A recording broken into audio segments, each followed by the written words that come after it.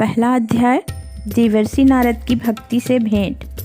सच्चिदानंद स्वरूप भगवान श्री कृष्ण को हम नमस्कार करते हैं, जो जगत की उत्पत्ति, स्थिति और विनाश के हेतु तथा आध्यात्मिक, अधिदैविक और अधिभौतिक तीनों प्रकार के तापों का नाश करने वाले हैं।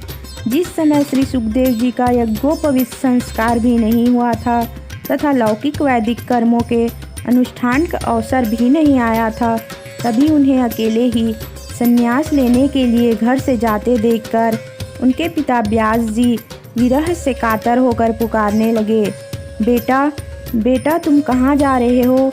उस समय वृक्षों ने तन्मय होने के कारण श्री सुखदेव जी की ओर से उत्तर दिया था, ऐसे सर्वभूत हृदय स्वरूप श्री सुखदेव मुनि को मैं नमस्कार करता हूँ। एक बार भगवत कथामृत का रसास्वादन करने में कुशल मुनिवर शौनक जी ने नैमिषारण्य क्षेत्र में विराजमान महामति सूत जी को नमस्कार करके उनसे पूछा।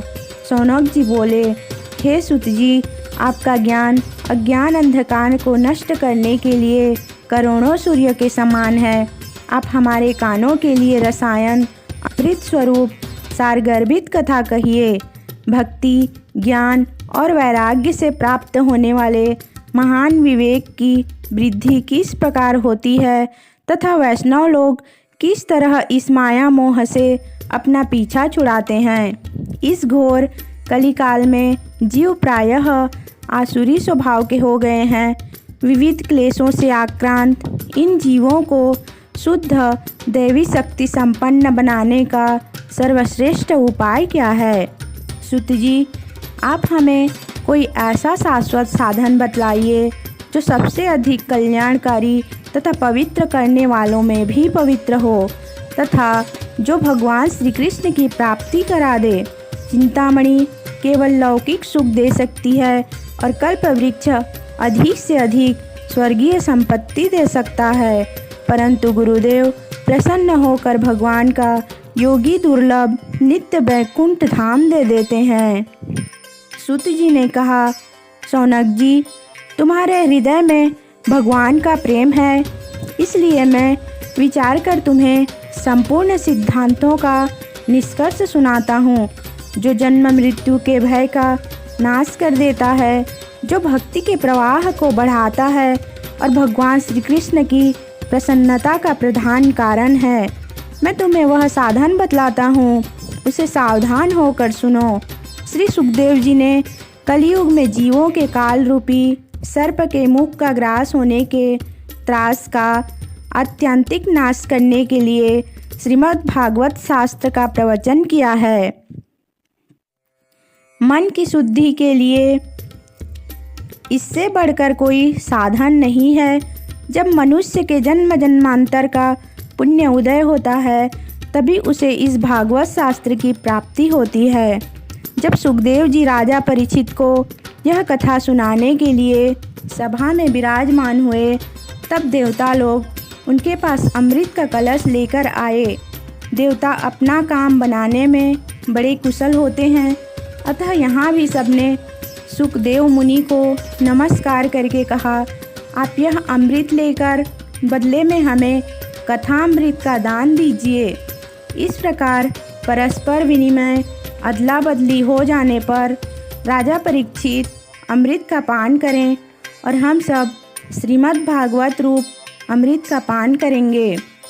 इस संसार में कहाँ कांच और कहाँ बहुमूल्य मणि तथा कहाँ सुधा और कहाँ कथा। श्री सुखदेव जी ने यह सोचकर उस समय देवताओं की हंसी उड़ा दी। शौनक जी ने कहा, उन्हें भक्ति शून्य कथा का अनधिकारी जानकर कथामृत का दान नहीं किया। इस प्रकार यह श्रीमद् भागवत की कथा देवताओं को भी दुर्लभ है।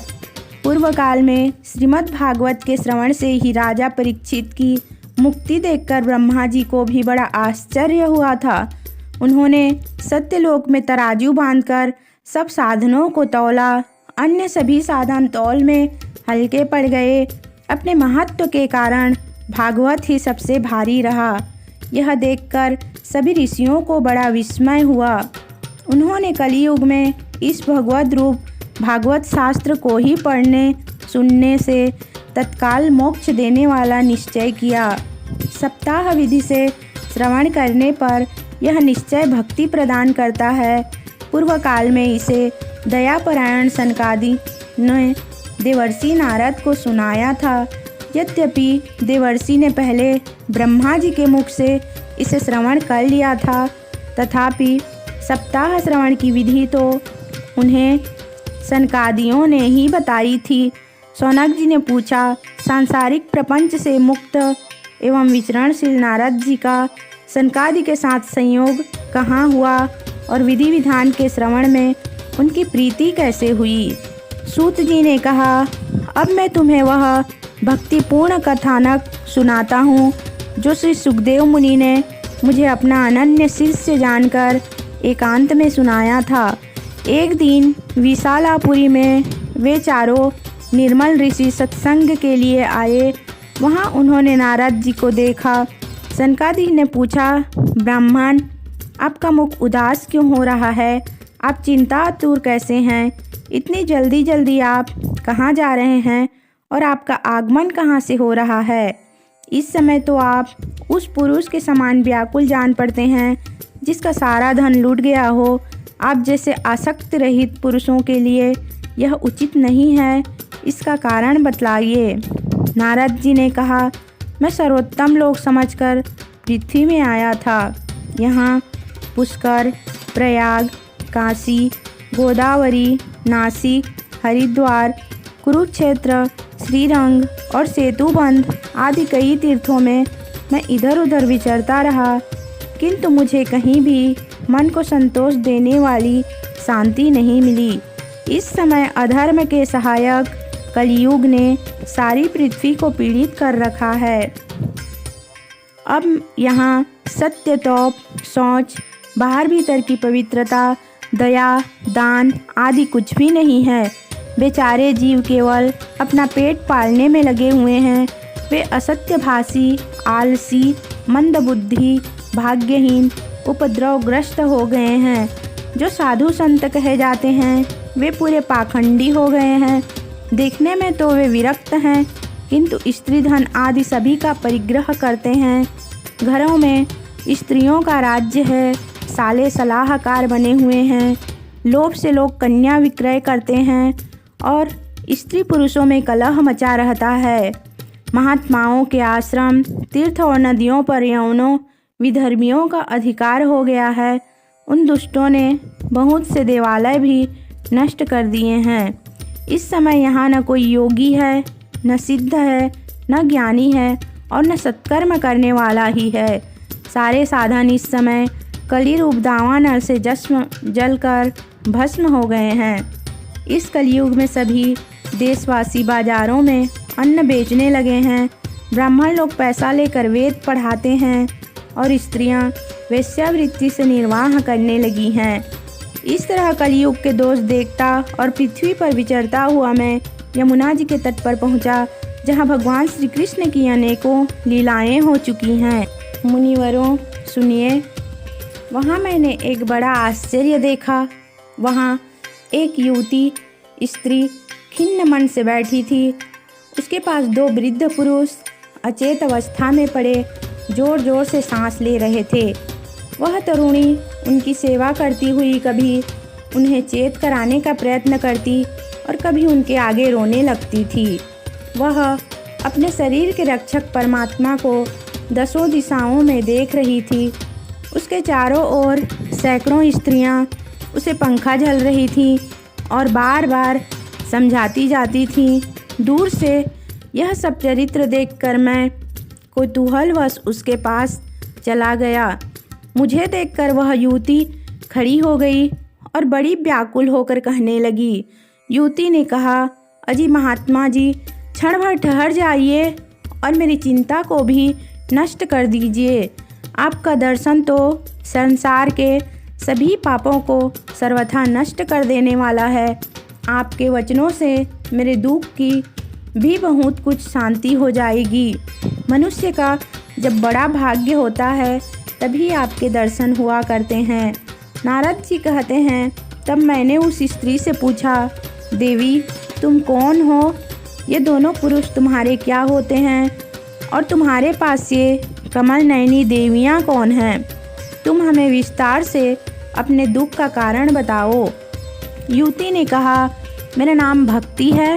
ये ज्ञान और वैराग्य नामक मेरे पुत्र हैं।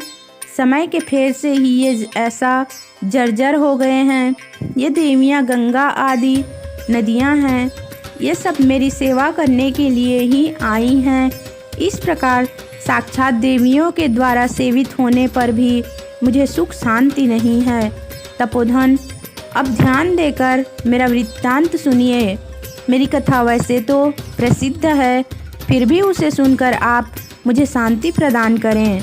मैं द्रविड़ देश में उत्पन्न हुई, कर्नाटक में बढ़ी, कहीं कहीं महाराष्ट्र में सम्मानित हुई, किंतु गुजरात में मुझको बुढ़ापे ने घेर लिया। वहाँ घोर कलयुग के प्रभाव से पाखंडियों ने मुझे अंग भंग कर दिया। चिरकाल तक यह अवस्था रहने के कारण मैं अपने पुत्रों के साथ दुर्बल और निस्तेज हो गई। अब जब मैं वृंदावन आई, तब से पुनः परम सुंदरी स्वरूपवती नवयुवती हो गई हूँ, किंतु सामने पड़े हुए ये दोनों मेरे पुत्र थके मांदे दुखी हो रहे हैं। अब मैं यह स्थान छोड़कर अन्यत्र जाना चाहती हूँ। ये दोनों बूढ़े हो गए हैं, इसी दुख से मैं दुखी हूँ। मैं तरुणी क्यों और ये दोनों मेरे पुत्र बूढ़े क्यों? हम तीनों साथ साथ रहने वाले हैं, फिर यह विपरीतता क्यों? होना तो यह चाहिए कि माता बूढ़ी हो और पुत्र तरुण। इसी से मैं आश्चर्यचकित चित्त से अपनी इस अवस्था पर शोक करती रहती हूँ। आप परम बुद्धिमान एवं योग निधि हैं, इसका क्या कारण हो सकता है, बतलाइए। नारद जी ने कहा, साध्वी, मैं अपने हृदय में ज्ञान दृष्टि से तुम्हारे संपूर्ण दुख का कारण देखता हूँ।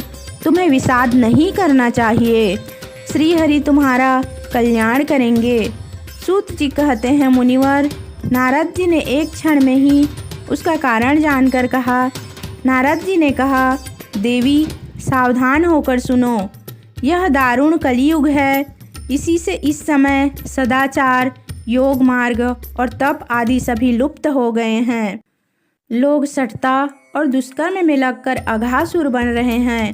संसार में जहाँ देखो वही सत्पुरुष दुख से म्लान है और दुष्ट सुखी हो रहे हैं। इस समय जिस बुद्धिमान पुरुष का धैर्य बना रहे वही बड़ा ज्ञानी या पंडित है। पृथ्वी क्रमशः प्रतिवर्ष शेष जी के लिए भार रूप होती जा रही है। अब यह छूने योग्य तो क्या देखने योग्य भी नहीं रह गई है और न इसमें कहीं मंगल ही दिखाई देता है। अब किसी को पुत्रों के साथ तुम्हारा दर्शन भी नहीं होता। विषय अनुराग के कारण अंधे बने हुए जीवों से उपेक्षित होकर तुम जर्जर हो रही थी। वृंदावन के संयोग से तुम फिर नवनी तरुणी हो गई हो। अतः यह वृंदावन धाम धन्य है, जहाँ भक्ति सर्वत्र नित्य कर रही है। परंतु तुम्हारे इन दोनों पुत्रों का यहाँ कोई ग्राहक नहीं है, इसलिए इनका बुढ़ापा नहीं छूट रहा है। यहाँ इनको कुछ आत्मसुख, भगवत स्पर्श जनित आनंद की प्राप्ति होने के कारण ये सोते से जान पड़ते हैं। भक्ति ने कहा, राजा परीक्षित ने इस पापी कलयुग को क्यों रहने दिया?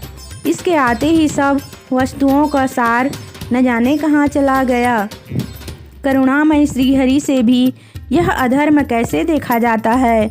मुने, मेरा यह संदेह दूर कीजिए। आपके वचनों से मुझे बड़ी शांति मिली है। नारद जी ने कहा, बाले, यदि तुमने पूछा है तो प्रेम से सुनो कल्याणी। मैं तुम्हें सब बताऊंगा और तुम्हारा दुख दूर हो जाएगा। जिस दिन भगवान श्री कृष्ण इस भूलोक को छोड़कर अपने परम धाम को पधारे, उसी दिन से यहाँ संपूर्ण साधनों में बाधा डालने वाला कलयुग आ गया। दिग्विजय के समय राजा परीक्षित की दृष्टि पड़ने पर कलयुग दीन के समान उनकी शरण में आया। भ्रमर के समान सारग्राही राजा ने यह निश्चय किया कि इसका वध मुझे नहीं करना चाहिए, क्योंकि जो फल तपस्या, योग एवं समाधि से भी नहीं मिलता। कलयुग में वही फल श्री हरि कीर्तन से ही भलीभांति मिल जाता है। इस प्रकार सारहीन होने पर भी उसे एक दृष्टि से ही सारयुक्त देखकर उन्होंने कलयुग में उत्पन्न होने वाले जीवों के सुख के लिए ही इसे रहने दिया था। इस समय लोगों के कुकर्म में प्रवृत्त होने के कारण सभी वस्तुओं का सार निकल गया है और पृथ्वी के सारे पदार्थ बीजहीन भूसी के समान हो गए हैं। ब्राह्मण केवल अन्न धन आदि के लोभवश घर घर एवं जन जन को भागवत की कथा सुनाने लगे हैं, इसलिए कथा का सार चला गया। तीर्थों में नाना प्रकार के अत्यंत घोर कर्म करने वाले नास्तिक और नारकी पुरुष भी रहने लगे हैं, इसलिए तीर्थों का भी प्रभाव जाता रहा। जिनका चित्त निरंतर काम, क्रोध, महान लोभ और तृष्णा से तपता रहता है, वे भी तपस्या का ढोंग करने लगे हैं, इसलिए तप का भी सार निकल गया। मन पर काबू न होने के कारण तथा लोभ, दंभ और पाखंड का आश्रय लेने के कारण एवं शास्त्र का अभ्यास न करने से ध्यान योग का फल मिट गया।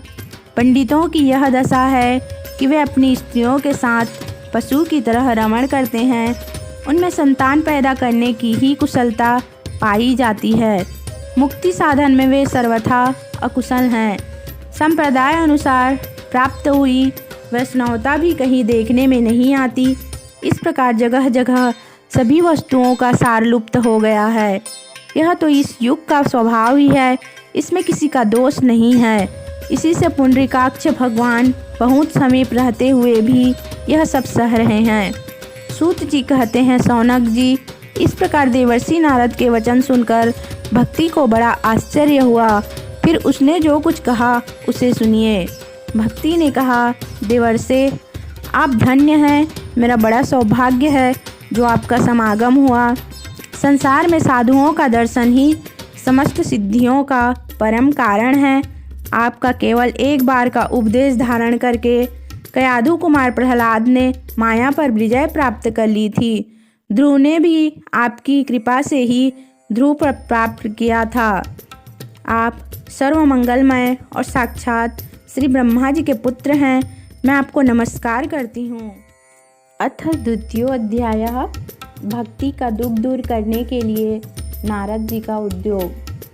नारद जी ने कहा, बाले, तुम व्यर्थ ही अपने को क्यों खेद में डाल रही हो? अरे, तुम इतनी चिंतातुर क्यों हो? भगवान श्री कृष्ण के चरण कमलों का चिंतन करो, उनकी कृपा से तुम्हारा सारा दुख दूर हो जाएगा। जिन्होंने कौरवों के अत्याचार से द्रौपदी की रक्षा की थी और गोप सुंदरियों को स्नात किया था, वे श्री कृष्ण कहीं चले थोड़े ही गए हैं। फिर तुम तो भक्ति हो और सदा उन्हें प्राणों से भी प्यारी हो। तुम्हारे बुलाने पर तो भगवान नीचों के घरों में भी जाते हैं। सत्य, त्रेता और द्वापर, इन तीनों युगों में ज्ञान और वैराग्य मुक्ति के साधन थे, किंतु कलियुग में तो केवल भक्ति ही ब्रह्म सायुज्य मोक्ष की प्राप्ति कराने वाली है। यह सोचकर ही परमानंद चिन्ह मूर्ति ज्ञान स्वरूप श्री हरि ने अपने सत्य स्वरूप से तुम्हें रचा है। तुम साक्षात श्री कृष्णचंद्र की प्रिया और परम सुंदरी हो। एक बार जब तुमने हाथ जोड़कर पूछा था कि मैं क्या करूं, तब भगवान ने तुम्हें यही आज्ञा दी थी कि मेरे भक्तों का पोषण करो। तुमने भगवान की वह आज्ञा स्वीकार कर ली। इससे तुम पर श्री हरि बहुत प्रसन्न हुए और तुम्हारी सेवा करने के लिए मुक्ति को तुम्हें दासी के रूप में दे दिया और इन ज्ञान वैराग्य को पुत्रों के रूप में। तुम अपने साक्षात स्वरूप से वैकुंठ धाम में ही भक्तों का पोषण करती हो। भूलोक में तो तुमने उनकी पुष्टि के लिए केवल छाया रूप धारण कर रखा है। तब तुम मुक्ति, ज्ञान और वैराग्य को साथ लिए पृथ्वी तल पर आई और सत्य युग से द्वापर पर्यंत बड़े आनंद से रही। कलयुग में तुम्हारी दासी मुक्ति पाखंड रूप रोग से पीड़ित होकर क्षीण होने लगी थी, इसलिए वह तो तुरंत ही तुम्हारी आज्ञा से वैकुंठ लोक को चली गई। इस लोक में भी तुम्हारे स्मरण करने से ही वह आती है और फिर चली जाती हैं, किंतु इन ज्ञान वैराग्य को तुमने पुत्र मानकर अपने पास ही रख छोड़ा है। फिर भी कलयुग में इनकी उपेक्षा होने के कारण तुम्हारे ये पुत्र उत्साहहीन और वृद्ध हो गए हैं। फिर भी तुम चिंता न करो, मैं इनके नवजीवन का उपाय सोचता हूँ। सुमुखी, कली के समान कोई भी युग नहीं है। इस युग में मैं तुम्हें घर घर में प्रत्येक पुरुष के हृदय में स्थापित कर दूंगा। देखो, अन्य सब धर्मों को दबाकर और भक्ति विषयक महोत्सवों को आगे रखकर यदि मैंने लोक में तुम्हारा प्रचार न किया तो मैं श्रीहरि का दास नहीं। इस कलयुग में जो जीव तुमसे युक्त होंगे वे पापी होने पर भी बेखट के भगवान श्री कृष्ण के अभय धाम को प्राप्त होंगे। जिनके हृदय में निरंतर प्रेम रूपिणी भक्ति निवास करती हैं, वे शुद्धांत अंतःकरण पुरुष स्वप्न में भी यमराज को नहीं देखते। जिनके हृदय में भक्ति महारानी का निवास है, उन्हें प्रेत, पिशाच, राक्षस या दैत्य आदि स्पर्श करने में भी समर्थ नहीं हो सकते। भगवान तप, वेदाध्ययन, ज्ञान और कर्म आदि किसी भी साधन से वश में नहीं किया जा सकते। वे केवल भक्ति से ही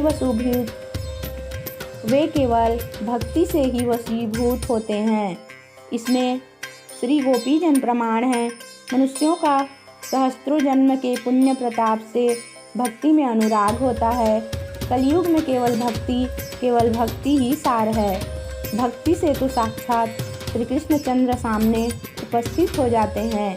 जो लोग भक्ति से द्रोह करते हैं वे तीनों लोकों में दुख पाते हैं। पूर्व काल में भक्त का तिरस्कार करने वाले दुर्वासा ऋषि को बड़ा कष्ट उठाना पड़ा था।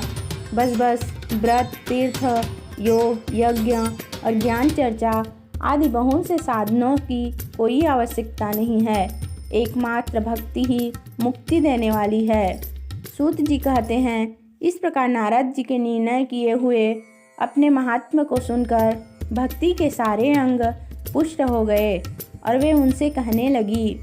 भक्ति ने कहा, नारद जी, आप धन्य हैं। आपकी मुझ में निश्चल प्रीति है। मैं सदा आपके हृदय में रहूँगी, कभी आपको छोड़कर नहीं जाऊँगी। साधु, आप बड़े कृपालु हैं। आपने क्षण भर में ही मेरा सारा दुख दूर कर दिया, किंतु अभी मेरे पुत्रों में चेतना नहीं आई है। आप इन्हें शीघ्र ही सचेत कर दीजिए, जगा दीजिए। सूत जी कहते हैं, भक्ति के ये वचन सुनकर नारद जी को बड़ी करुणा आई और वे उन्हें हाथ से हिला डुलाकर जगाने लगे। उन्होंने वेदध्वनि, वेदांत घोष और बार बार गीता पाठ करके उन्हें जगाया। इससे वे जैसे तैसे बहुत जोर लगाकर उठे, किंतु आलस्य के कारण वे दोनों जम्भाई लेते रहे। नेत्र उघाड़ कर देख भी नहीं सके। उनके बाल बगुलों की तरह सफेद हो गए थे। उनके अंग प्रायः सूखे काठ के समान निस्तेज और कठोर हो गए थे। इस प्रकार भूख प्यास के मारे अत्यंत दुर्बल होने के कारण उनके अंग प्रायः सूखे काठ के समान निस्तेज और कठोर हो गए थे। इस प्रकार भूख प्यास के मारे अत्यंत दुर्बल होने के कारण उन्हें फिर सोते देख नारद जी को बड़ी चिंता हुई और वे सोचने लगे, अब मुझे क्या करना चाहिए। इनकी यह नींद और इससे भी बढ़कर इनकी वृद्धावस्था कैसे दूर हो। सौनक जी इस प्रकार चिंता करते करते वे भगवान का स्मरण करने लगे। उसी समय यह आकाशवाणी हुई, मुनि खेद मत करो, तुम्हारा यह उद्योग निस्संदेह सफल होगा। देवर्षि, इसके लिए तुम एक सत्कर्म करो। वह कर्म तुम्हें संत शिरोमणि महानुभाव बताएंगे। उस सत्कर्म का अनुष्ठान करते ही क्षण भर में इनकी नींद और वृद्धावस्था चली जाएगी तथा सर्वत्र भक्ति का प्रसार होगा। यह आकाशवाणी वहाँ सभी को साफ साफ सुनाई दी। इससे नारद जी को बड़ा विस्मय हुआ और वे कहने लगे, मुझे तो इसका कुछ आशय समझ में नहीं आया। नारद जी बोले, इस आकाशवाणी ने भी गुप्त रूप में ही बात कही है। यह नहीं बताया कि वह कौन सा साधन किया जाए जिससे इनका कार्य सिद्ध हो। वे संत न जाने कहाँ मिलेंगे और किस प्रकार उस साधन को बताएंगे। अब आकाशवाणी ने जो कुछ कहा है उसके अनुसार मुझे क्या करना चाहिए। सूत जी कहते हैं, शौनक जी, तब ज्ञान वैराग्य दोनों को वहीं छोड़कर नारद मुनि वहाँ से चल पड़े और प्रत्येक तीर्थों में जा जाकर मार्ग में मिलने वाले मुनीश्वरों से वह साधन पूछने लगे। उनकी उस बात को सुनते तो सब थे, किंतु उसके विषय में कोई कुछ भी निश्चित उत्तर न देता। किन्होंने उसे असाध्य बताया, कोई बोले इसका ठीक ठाक पता लगाना ही कठिन है। कोई सुनकर चुप रह गए और कोई तो अपनी अवज्ञा होने के भय से बात को टाल टूल कर खिसक गए। त्रिलोकी में महान आश्चर्यजनक हाहाकार मच गया। लोग आपस में कानाफूसी करने लगे। भाई, जब वेदध्वनि, वेदांत घोष और बार बार गीता पाठ सुनाने पर भी भक्ति, ज्ञान और वैराग्य ये तीनों नहीं जगाए जा सके, तब और कोई उपाय नहीं है। स्वयं योगीराज नारद को भी जिसका ज्ञान नहीं है उसे दूसरे संसारी लोग कैसे बता सकते हैं। इस प्रकार जिन जिन ऋषियों से इसके विषय में पूछा गया, उन्होंने निर्णय करके यही कहा कि यह बात दुसाध्य ही है। तब नारद जी बहुत चिंतातुर हुए और बद्रीवन में आए। ज्ञान वैराग्य को जगाने के लिए वहाँ उन्होंने यह निश्चय किया कि मैं तप करूँगा। इसी समय उन्हें अपने सामने करोड़ों सूर्य के समान तेजस्वी सनकादि मुनीश्वर दिखाई दिए।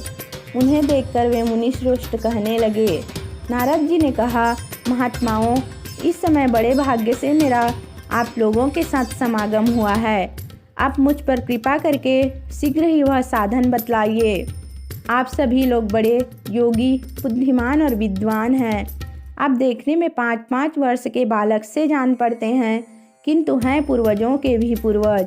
आप लोग सदा बैकुंठ धाम में निवास करते हैं, निरंतर हरि कीर्तन में तत्पर रहते हैं, भगवान लीलामृत का रसास्वादन कर सदा उसी में उन्मत्त रहते हैं और एकमात्र भगवत कथा ही आपके जीवन का आधार है।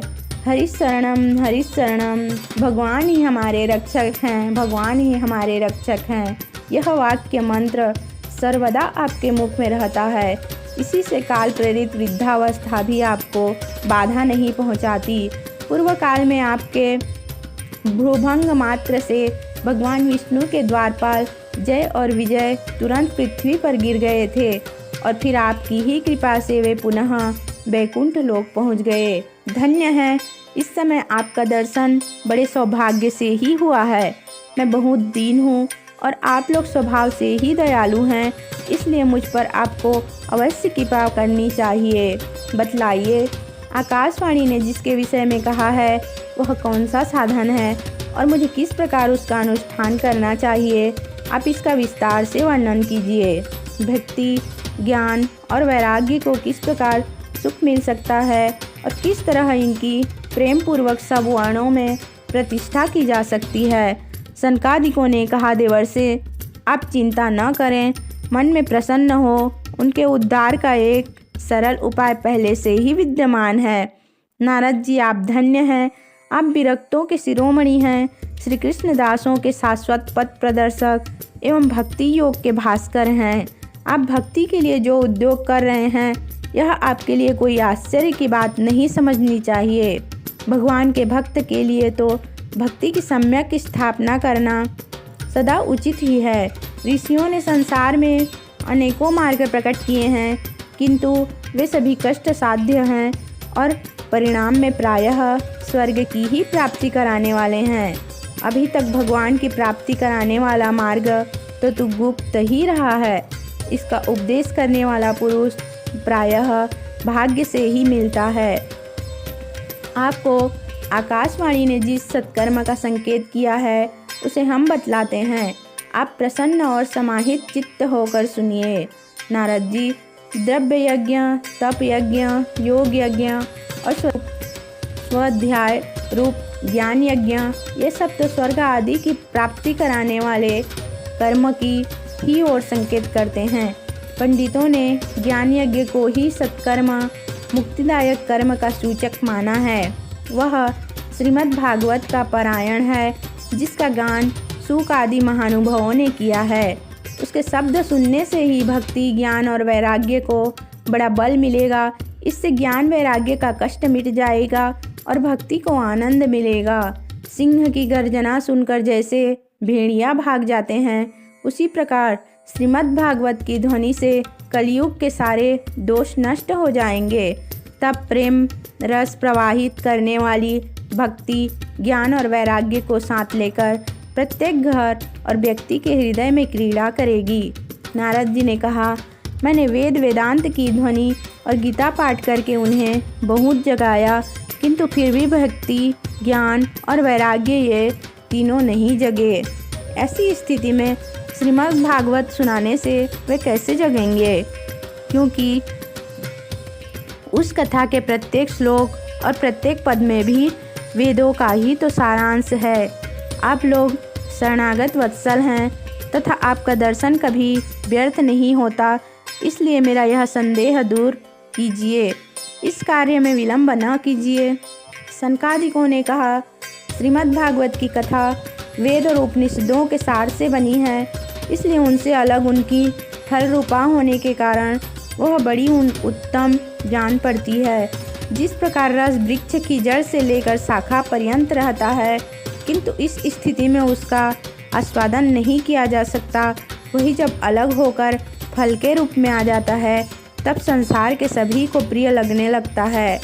दूध में घी रहता ही है, किंतु उस समय उसका अलग स्वाद नहीं मिलता, वही जब उससे अलग हो जाता है, तब देवताओं के लिए भी स्वादवर्धक हो जाता है।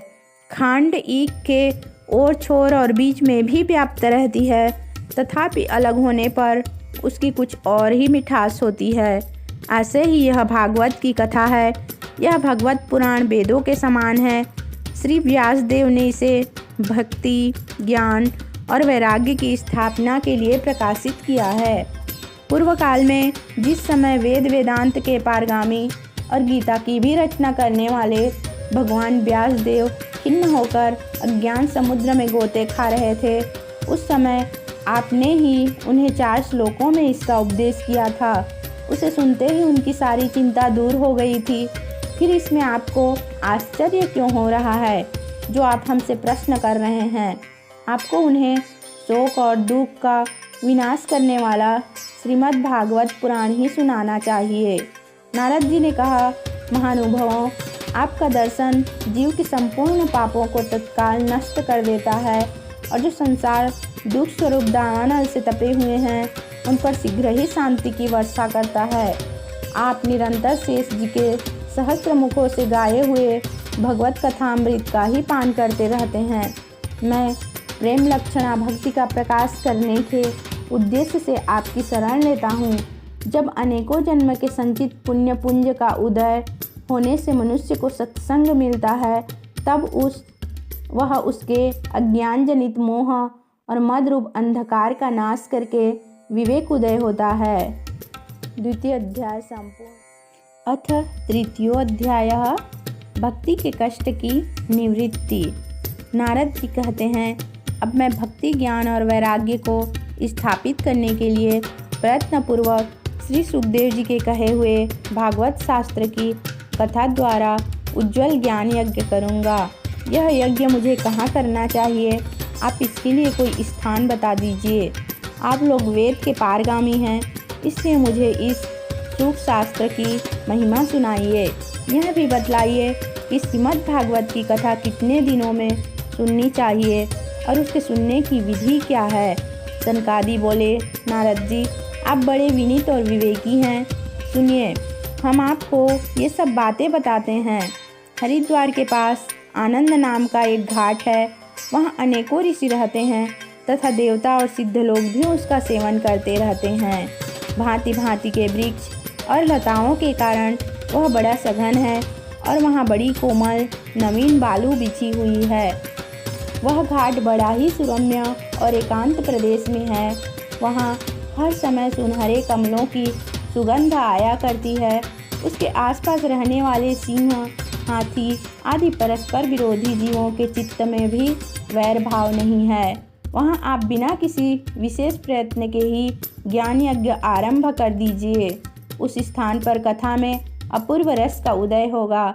भक्ति भी अपनी आँखों के ही सामने निर्बल और जराजीर्ण अवस्था में पड़े हुए ज्ञान और वैराग्य को साथ लेकर वहाँ आ जाएगी, क्योंकि जहाँ भी श्रीमद् भागवत की कथा होती है वहाँ ये भक्ति आदि अपने आप पहुँच जाते हैं।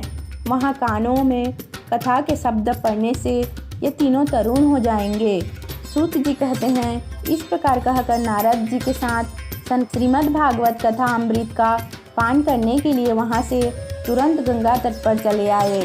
जिस समय वे तट पर पहुँचे, भूलोक, देवलोक और ब्रह्मलोक सभी जगह इस कथा का हल्ला हो गया। जो भगवत कथा के रसिक विष्णु भक्त थे, वे सभी श्रीमद् भागवत कथा अमृत का पान करने के लिए सबसे आगे दौड़ दौड़ कर आने लगे।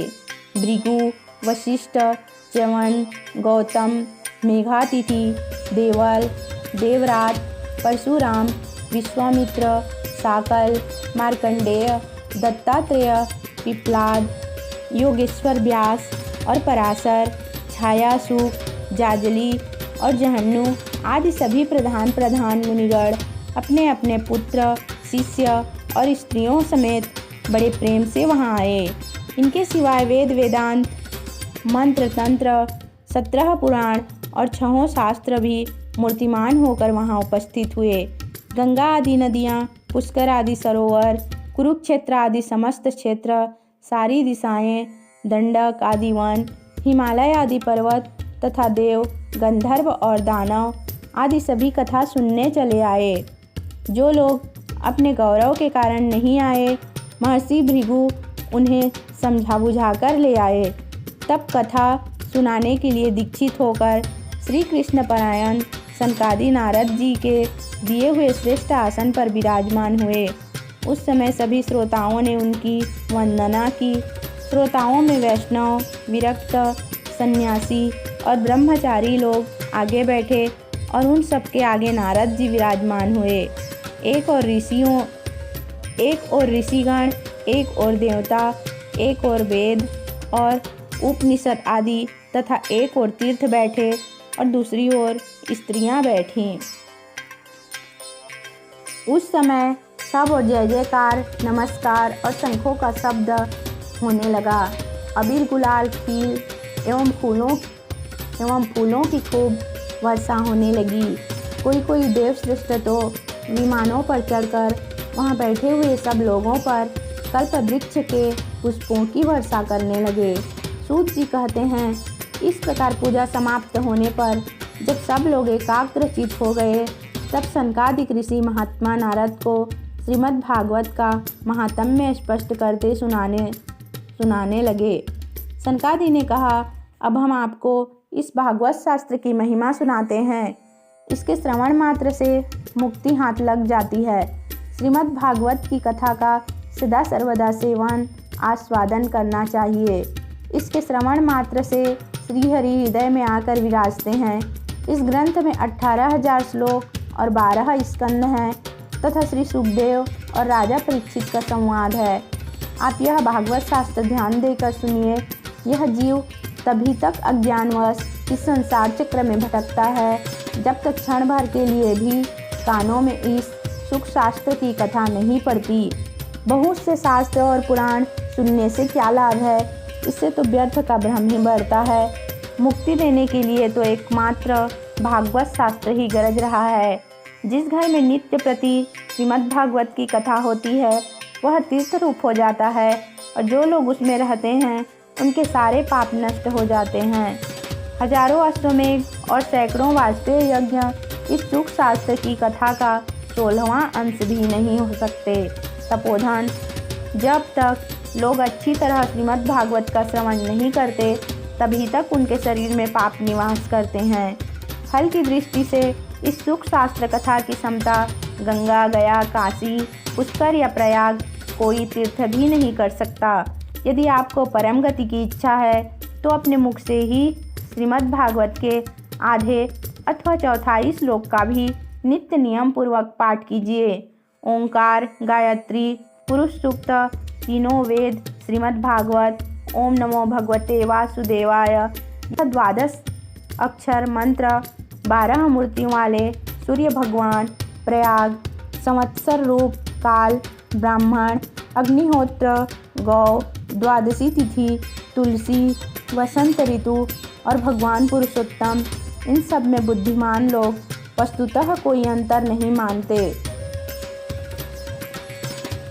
जो पुरुष अहर्निश अर्थ सहित श्रीमद् भागवत शास्त्र का पाठ करता है, उसके करोड़ों जन्मों का पाप नष्ट हो जाता है, इसमें तनिक भी संदेह नहीं है। जो पुरुष नित्य प्रति भागवत का आधा या चौथाई श्लोक भी पढ़ता है, उसे रासुर और अश्वमेघ यज्ञों का फल मिलता है। नित्य भागवत का पाठ करना, भगवान का चिंतन करना, तुलसी को सींचना और गौ की सेवा करना, ये चारों समान हैं। जो पुरुष अंत समय में श्रीमद् भागवत का वाक्य सुन लेता है, उस पर प्रसन्न होकर भगवान उसे बैकुंठ धाम देते हैं। जो पुरुष इसे सोने के सिंहासन पर रखकर विष्णु भक्त को दान करता है, वह अवश्य ही भगवान का सायुज्य प्राप्त करता है। जिस दुष्ट ने अपनी सारी आयु में चित्त को एकाग्र करके श्रीमद् भागवत कथामृत का थोड़ा सा भी रसास्वादन नहीं किया, उसने तो अपना सारा जन्म चंडाल और गधे के समान व्यर्थ ही गंवा दिया। वह तो अपनी माता को प्रसव पीड़ा पहुंचाने के लिए ही उत्पन्न हुआ। जिसने इच्छुक शास्त्र के थोड़े से भी वचन नहीं सुने, वह पापात्मा तो जीता हुआ भी मुर्दे के समान है। पृथ्वी के भार स्वरूप उस पशु तुल्य मनुष्य को धिक्कार है। यूँ स्वर्गलोक में देवताओं में प्रधान इंद्र आदि कहा करते हैं, संसार में श्रीमद् भागवत की कथा का मिलना अवश्य ही कठिन है। जब करोड़ों जन्मों का पुण्य होता है, तभी इसकी प्राप्ति होती है। नारद जी, आप बड़े ही बुद्धिमान और योग निधि हैं। आप प्रयत्न पूर्वक कथा का श्रवण कीजिए। इसे सुनने के लिए दिनों का कोई नियम नहीं है। इसे तो सर्वदा ही सुनना अच्छा है। इसे सत्य भाषण और ब्रह्मचर्य पालन पूर्वक सर्वदा ही सुनना श्रेष्ठ माना गया है। किंतु कलयुग में ऐसा होना कठिन है, इसलिए इसकी सुखदेव जी ने जो विशेष विधि बताई है, वह जान लेनी चाहिए। कलयुग में बहुत दिनों तक चित्त की वृत्तियों को वश में रखना, नियमों में बंधे रहना और किसी पुण्य कार्य के लिए दीक्षित रहना कठिन है। इसलिए सप्ताह श्रवण की विधि है।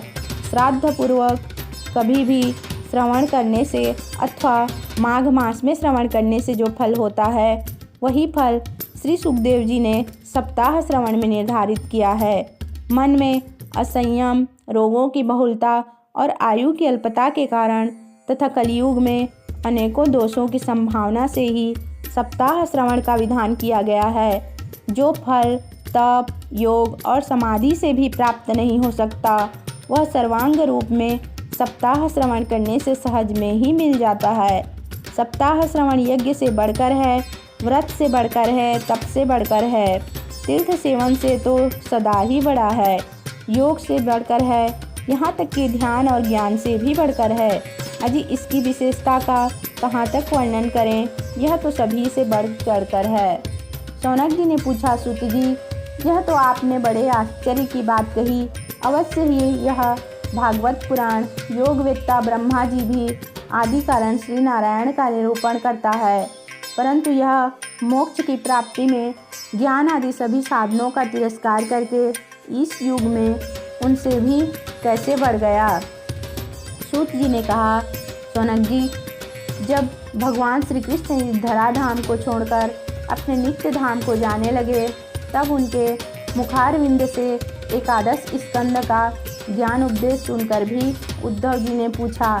उद्धव जी बोले, गोविंद, अब आप तो अपने भक्तों का कार्य करके परम धाम को पधारना चाहते हैं, किंतु मेरे मन में एक बड़ी चिंता है, उसे सुनकर आप मुझे शांत कीजिए। अब घोर कलिकाल आया ही समझिए, इसलिए संसार में फिर अनेकों दुष्ट प्रकट हो जाएंगे। उनके संसर्ग में जब अनेकों सत्पुरुष भी उग्र प्रकृति के हो जाएंगे, तब उनके भार से दबकर यह गोरूपिणी पृथ्वी किसकी शरण में जाएगी। कमल नयन, मुझे तो आपको छोड़कर इसकी रक्षा करने वाला कोई दूसरा नहीं दिखाई देता, इसलिए हे भक्तवत्सल, आप साधुओं पर कृपा करके यहाँ से मत जाइए। भगवान, आपने निराकार और चिन्मात्र होकर भी भक्तों के लिए ही तो यह सगुण रूप धारण किया है, फिर भला आपका वियोग होने पर वे भक्तजन पृथ्वी पर कैसे रह सकेंगे। निर्गुणों उपासना में तो बड़ा कष्ट है, इसलिए कुछ और विचार कीजिए। प्रभास क्षेत्र में उद्धव जी के ये वचन सुनकर भगवान सोचने लगे कि भक्तों के अवलंब के लिए मुझे क्या व्यवस्था करनी चाहिए। सनक जी, तब भगवान ने अपनी सारी शक्ति भागवत में रख दी। वे अंतर्ध्यान होकर इस भागवत समुद्र में प्रवेश कर गए, इसलिए यह भगवान की साक्षात शब्दमयी मूर्ति है। इसके सेवन, श्रवण, पाठ अथवा दर्शन से ही मनुष्य के सारे पाप नष्ट हो जाते हैं। इसी से इसका सप्ताह श्रवण सबसे बढ़कर माना गया है और कलयुग में तो अन्य सब साधनों को छोड़कर यही प्रधान धर्म बताया गया है। कलिकाल में यही ऐसा धर्म है जो दुख, दारिद्रता, दुर्भाग्य और पापों की सफाई कर देता है तथा काम, क्रोध आदि शत्रुओं पर विजय दिलाता है। अन्यथा भगवान की इस माया से पीछा छुड़ाना देवताओं के लिए भी कठिन है। मनुष्य तो इसे छोड़ ही कैसे सकते हैं। अतः इससे छूटने के लिए भी सप्ताह श्रवण का विधान किया गया है। सूत जी कहते हैं, सौनक जी, जिस समय सनकादि मुनीश्वर इस प्रकार सप्ताह श्रवण की महिमा का बखान कर रहे थे, उस सभा में एक बड़ा आश्चर्य हुआ। उसे मैं तुम्हें बतलाता हूँ, सुनो। वहाँ तरुणावस्था को प्राप्त हुए अपने दोनों पुत्रों के साथ लिए विशुद्ध प्रेम रूपा भक्ति बार बार श्री कृष्ण गोविंद हरे मुरारे, हे नाथ नारायण वासुदेव आदि भगवान नामों का उच्चारण करती हुई अकस्मात प्रकट हो गई। सभी सदस्यों ने देखा कि परम सुंदरी भक्ति रानी भागवत के अर्थों का आभूषण पहने वहाँ पधारी। मुनियों की उस सभा में सभी यह तर्क वितर्क करने लगे कि ये यहाँ कैसे आई, कैसे प्रविष्ट हुई।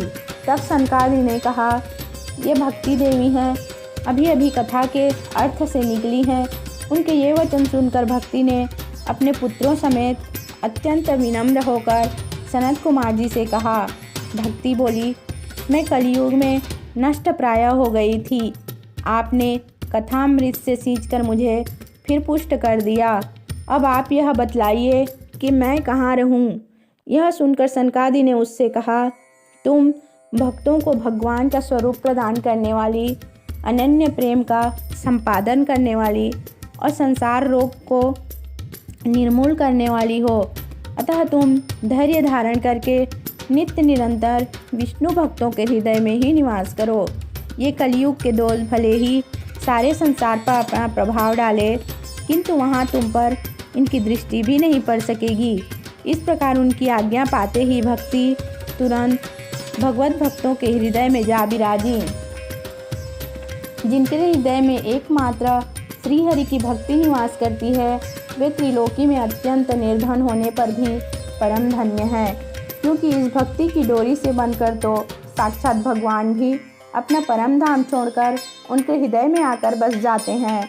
भूलोक में यह भागवत साक्षात परम ब्रह्म का विग्रह है। हम इसकी महिमा कहाँ तक वर्णन करें। इसका आश्रय लेकर इसे सुनाने से तो सुनने और सुनाने वाले दोनों को ही भगवान श्री कृष्ण की समता प्राप्त हो जाती है। अतः इसे छोड़कर अन्य धर्मों से क्या प्रयोजन है। अथ चतुर्थोऽध्यायः गोकर्ण्योपाख्यान प्रारंभ। सूत जी कहते हैं, मुनिवर, उस समय अपने भक्तों के चित्त में अलौकिक भक्ति का प्रादुर्भाव हुआ देख भक्तवत्सल श्री भगवान अपना धाम छोड़कर वहां पधारे। उनके गले में वनमाला शोभा पा रही थी। श्रीअंग सजल जलधर के समान श्याम वर्ण था। उस पर मनोहर पीताम्बर सुशोभित था। कटी प्रशेष करधनी की लड़ियों से सुसज्जित था। सिर पर मुकुट की लटक और कानों में कुंडलों की झलक देखते ही बनती थी। वे त्रिभंग ललित भाव से खड़े हुए चित्त को चुराए लेते थे। वक्ष स्थल पर कौस्तुभ मणि दमक रही थी। सारा श्रीअंग हरिचंदन से चर्चित था। उस रूप की शोभा क्या कहें। उसने तो मानो करोड़ों कामदेवों की रूप माधुरी छीन ली थी। वे परमानंद चिन्ह मूर्ति, मधुराति मधुर मुरलीधर ऐसी अनुपम छवि से अपने भक्तों के निर्मल चित्तों में आविर्भूत हुए। भगवान के नित्य लोक निवासी लीला परिकर उद्धव आदि वहाँ गुप्त रूप से उस कथा को सुनने के लिए आए हुए थे। प्रभु के प्रकट होते ही चारों ओर जय हो की ध्वनि होने लगी। उस समय भक्ति रस का अद्भुत प्रवाह चला। बार बार अबीर गुलाल और पुष्पों की वर्षा तथा शंख ध्वनि होने लगी। उस सभा में जो लोग बैठे थे उन्हें अपने देह गेह और आत्मा की भी कोई सुधि न रही। उनकी ऐसी तन्मयता देखकर नारद जी कहने लगे, मुनीश्वर गण, आज सप्ताह श्रवण की मैंने यह बड़ी ही अलौकिक महिमा देखी। यहाँ तो जो बड़े मूर्ख, दुष्ट और पशु पक्षी भी हैं वे सभी अत्यंत निष्पाप हो गए हैं। अतः इसमें संदेह नहीं कि कली काल में चित्त की शुद्धि के लिए इस भागवत कथा के समान मर्त्यलोक में पाप पुंज का नाश करने वाला कोई दूसरा पवित्र साधन नहीं है। मुनिवर, आप लोग बड़े कृपालु हैं। आपने संसार के कल्याण का विचार करके यह बिल्कुल निराला ही मार्ग निकाला है। आप कृपया यह तो बतलाइए कि इस कथा रूप सप्ताह यज्ञ के द्वारा संसार में कौन कौन लोग पवित्र हो जाते हैं। सनकादि ने कहा, जो लोग सदा तरह तरह के पाप किया करते हैं, निरंतर दुराचार में ही तत्पर रहते हैं और उल्टे मार्ग से चलते हैं, तथा जो क्रोध अग्नि से जलते रहते हैं, कुटिल और काम परायण हैं, वे सभी इस कलयुग में सप्ताह यज्ञ से पवित्र हो जाते हैं। जो सत्य से च्युत, माता पिता की निंदा करने वाले, तृष्णा के मारे व्याकुल, आश्रम धर्म से रहित, दंभी, दूसरों की उन्नति देखकर कूदने वाले और दूसरों को दुख देने वाले हैं, वे भी कलयुग में सप्ताह यज्ञ से पवित्र हो जाते हैं।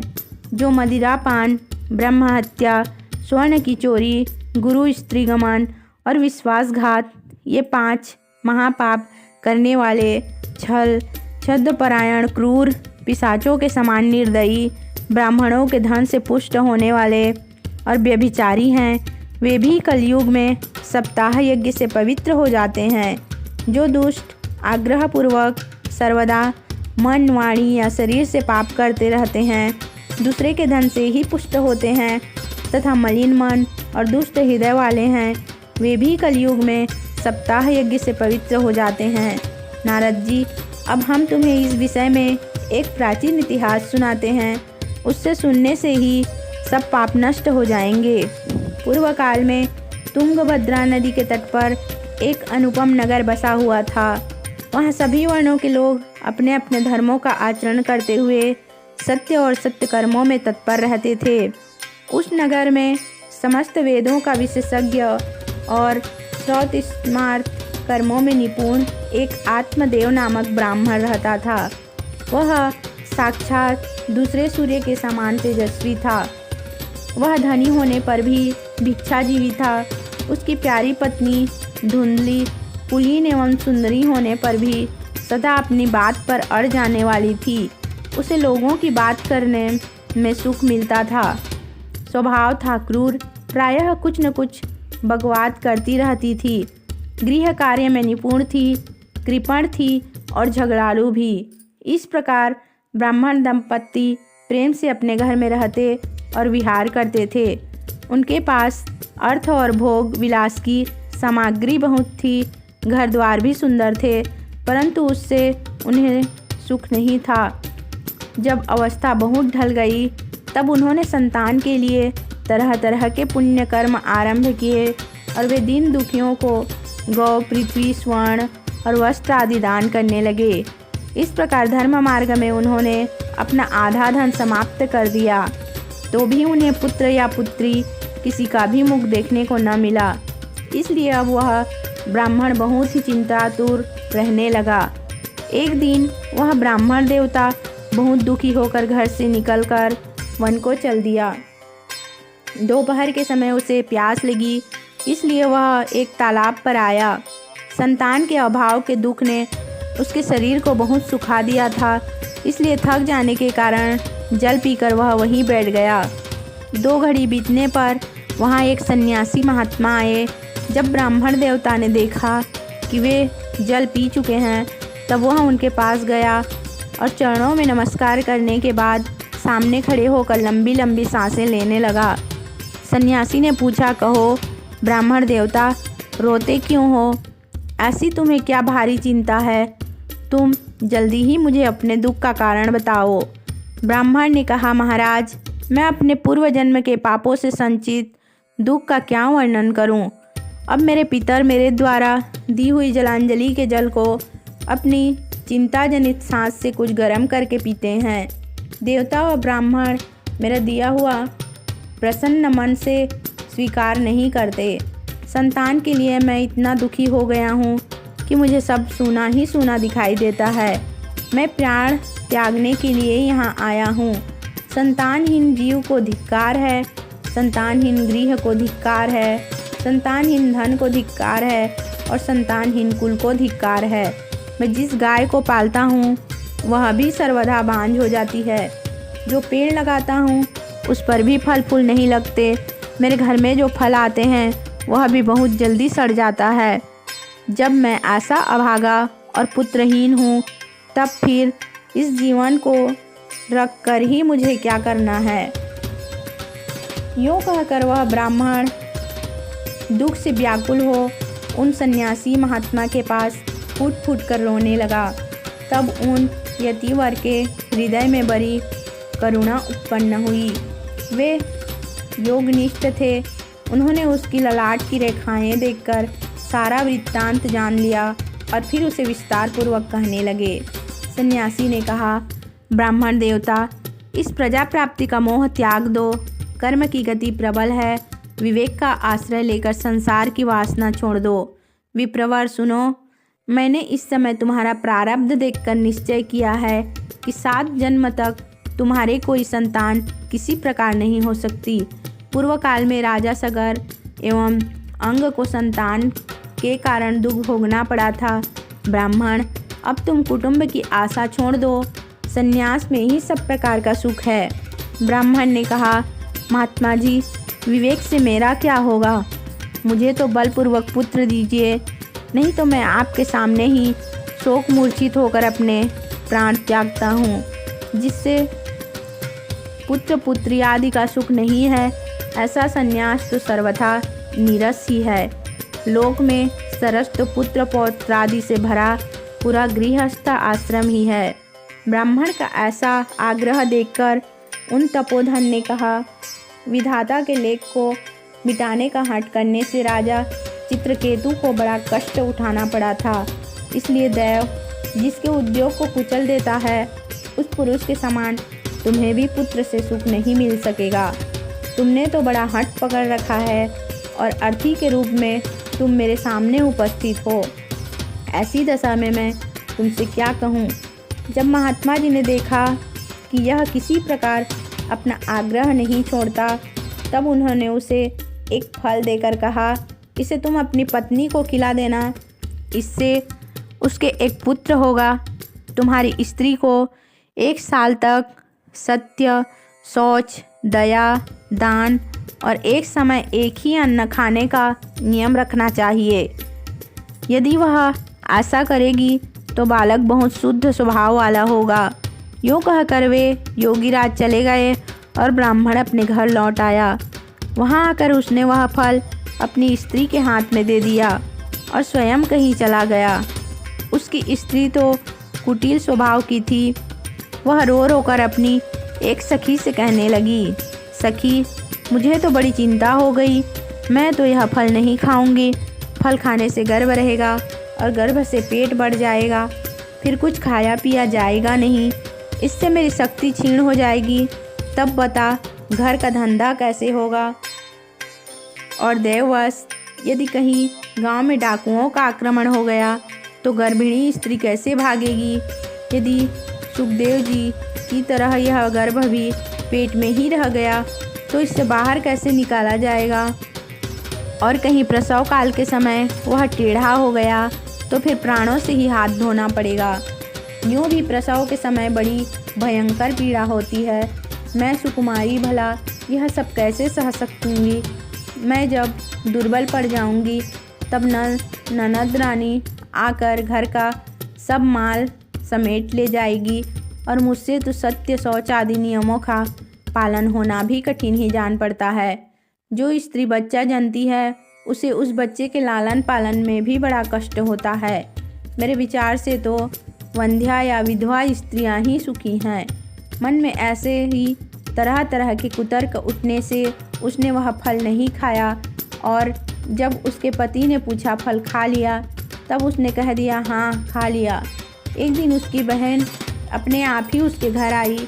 तब उसने अपनी बहन को सारा वृत्तांत सुनाकर कहा कि मेरे मन में इसकी बड़ी चिंता है।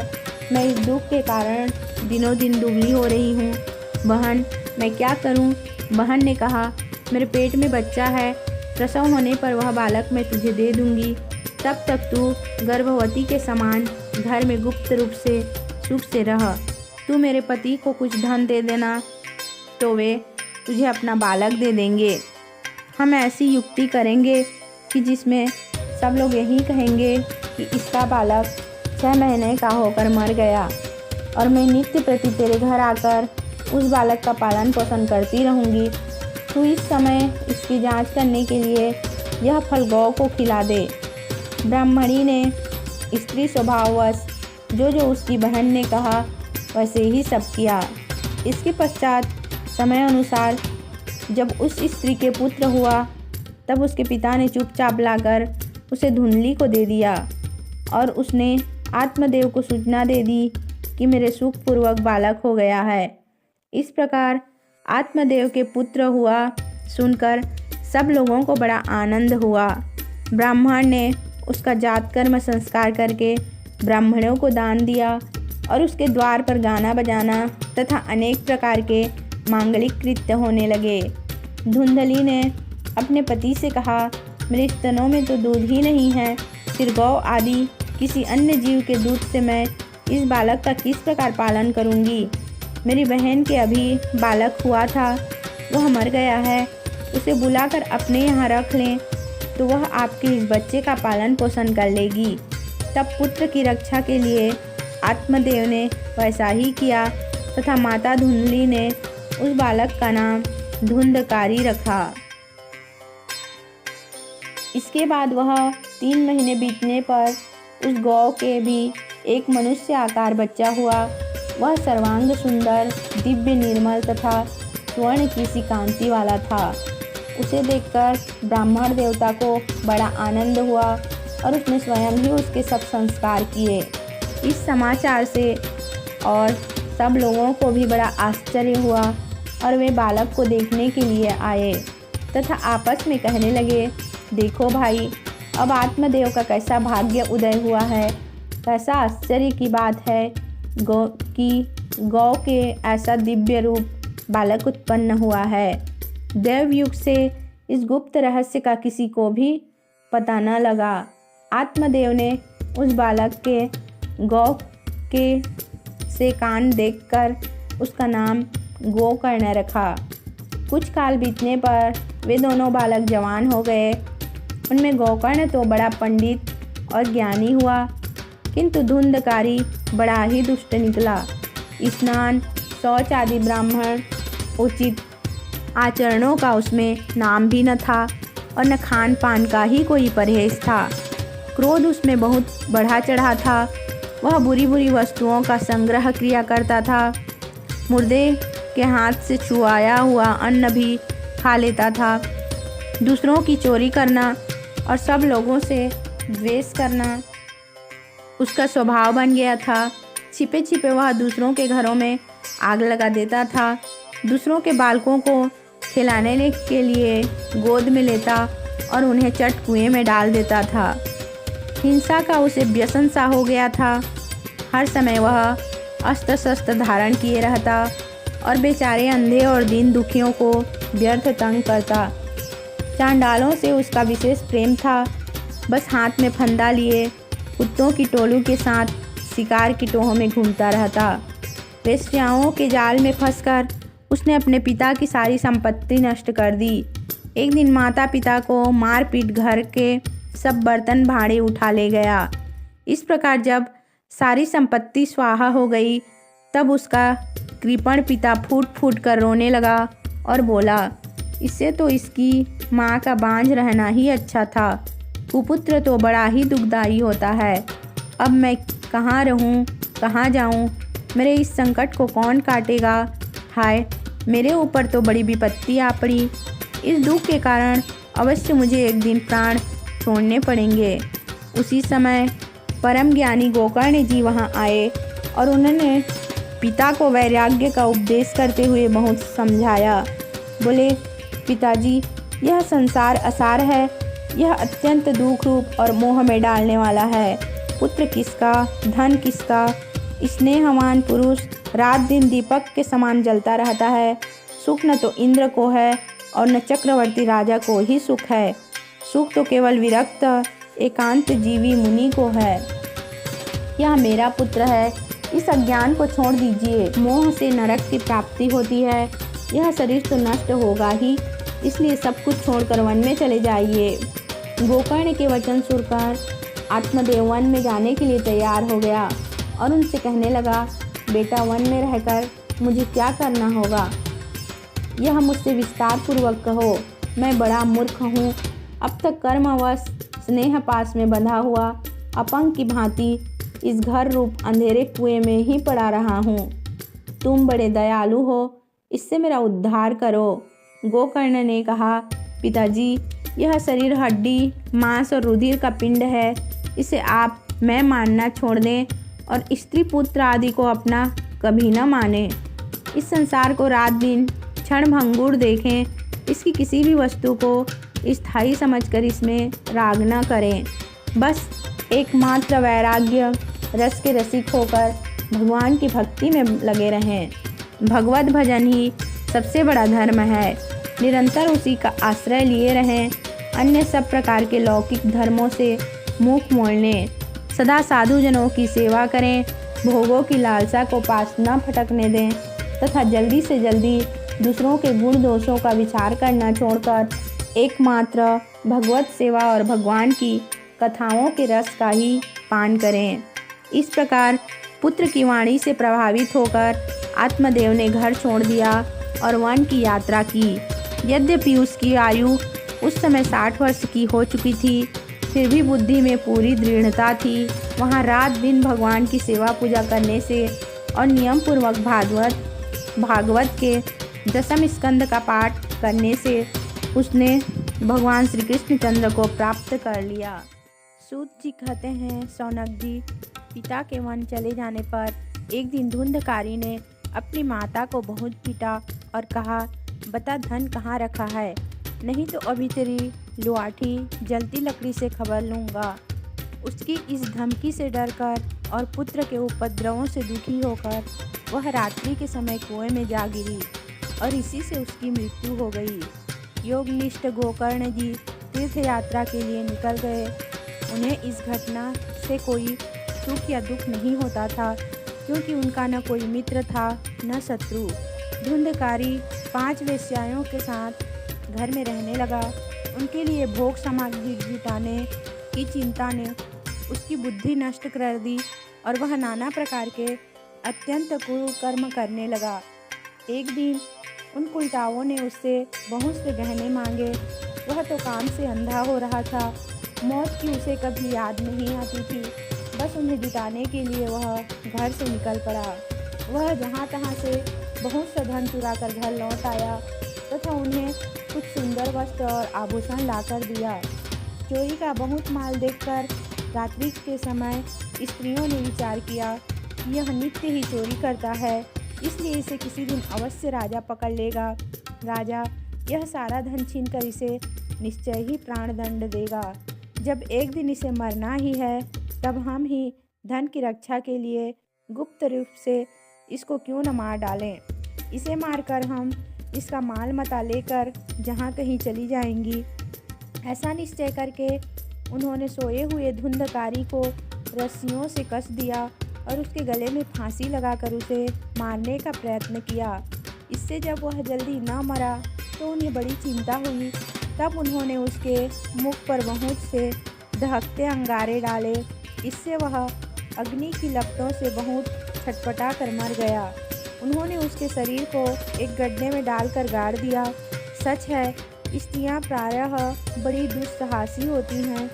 उनके इस कृत्य का किसी को भी पता न चला।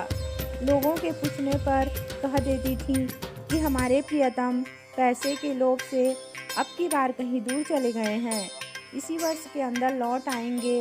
बुद्धिमान पुरुष को दुष्टा स्त्रियों का कभी विश्वास न करना चाहिए। जो मूर्ख इनका विश्वास करता है उसे दुखी होना पड़ता है। इनकी वाणी तो अमृत के समान कामियों के हृदय में रस का संचार करती हैं, किंतु हृदय छुरे की धार के समान तीक्ष्ण होता है। भला इन स्त्रियों का कौन प्यारा है। वे चिंताएं धुंधकारी की सारी संपत्ति समेटकर वहां से चंपत हो गईं। उनके ऐसे न जाने कितने पति थे और धुंधकारी अपने कुकर्मों के कारण भयंकर प्रेत हुआ। वह बवंडर के रूप में सर्वदा दसों दिशाओं में भटकता रहता था तथा शीत घाम से संतप्त और भूख प्यास से व्याकुल होने के कारण हा देव चिल्लाता रहता था, परंतु उसे कहीं भी कोई आश्रय न मिला। कुछ काल बीतने पर गोकर्ण ने भी लोगों के मुख से धुंधकारी की मृत्यु का समाचार सुना। तब उसे अनाथ समझकर उन्होंने उसका गया जी में श्राद्ध किया और भी जहाँ जहाँ वे जाते थे उसका श्राद्ध अवश्य करते थे। इस प्रकार घूमते घूमते गोकर्ण जी अपने घर में आए और रात्रि के समय दूसरों की दृष्टि से बचकर सीधे अपने घर के आंगन में सोने के लिए पहुँचे। वहाँ अपने भाई को सोया देख आधी रात के समय धुंधकारी ने अपना बड़ा विकट रूप दिखाया। वह कभी भेड़ा, कभी हाथी, कभी भैंसा, कभी इंद्र और कभी अग्नि का रूप धारण करता। अंत में वह मनुष्य के आकार में प्रकट हुआ। ये विपरीत अवस्थाएं देखकर गोकर्ण ने निश्चय किया कि यह कोई दुर्गति को प्राप्त हुआ जीव है। तब उन्होंने उससे धैर्यपूर्वक पूछा। गोकर्ण ने कहा, तू कौन है? रात्रि के समय ऐसे भयानक रूप क्यों दिखा रहा है? तेरी यह दशा कैसे हुई? हमें बता तो सही। तू प्रेत है, पिशाच है अथवा कोई राक्षस है? सूत जी कहते हैं, गोकर्ण इस प्रकार पूछने पर वह बार बार जोर से रोने लगा। उसमें बोलने की शक्ति नहीं थी, इसलिए उसने केवल संकेत मात्र किया। तब गोकर्ण ने अंजलि में जल लेकर उसे अभिमंत्रित करके उस पर छिड़का। इससे उसके पापों का कुछ शमन हुआ और वह इस प्रकार कहने लगा। प्रेत बोला, मैं तुम्हारा भाई हूँ, मेरा नाम धुंधकारी है। मैंने अपने ही दोष से अपना ब्रह्मणत्व नष्ट कर दिया। मेरे कुकर्मों की गिनती नहीं की जा सकती। मैं तो महान अज्ञान में चक्कर काट रहा था, इसी से मैंने लोगों की बड़ी हिंसा की। अंत में उल्टा स्त्रियों ने मुझे तड़पा तड़पा कर मार डाला। इसी से अब प्रेत योनियों में पड़कर यह दुर्दशा भोग रहा हूँ।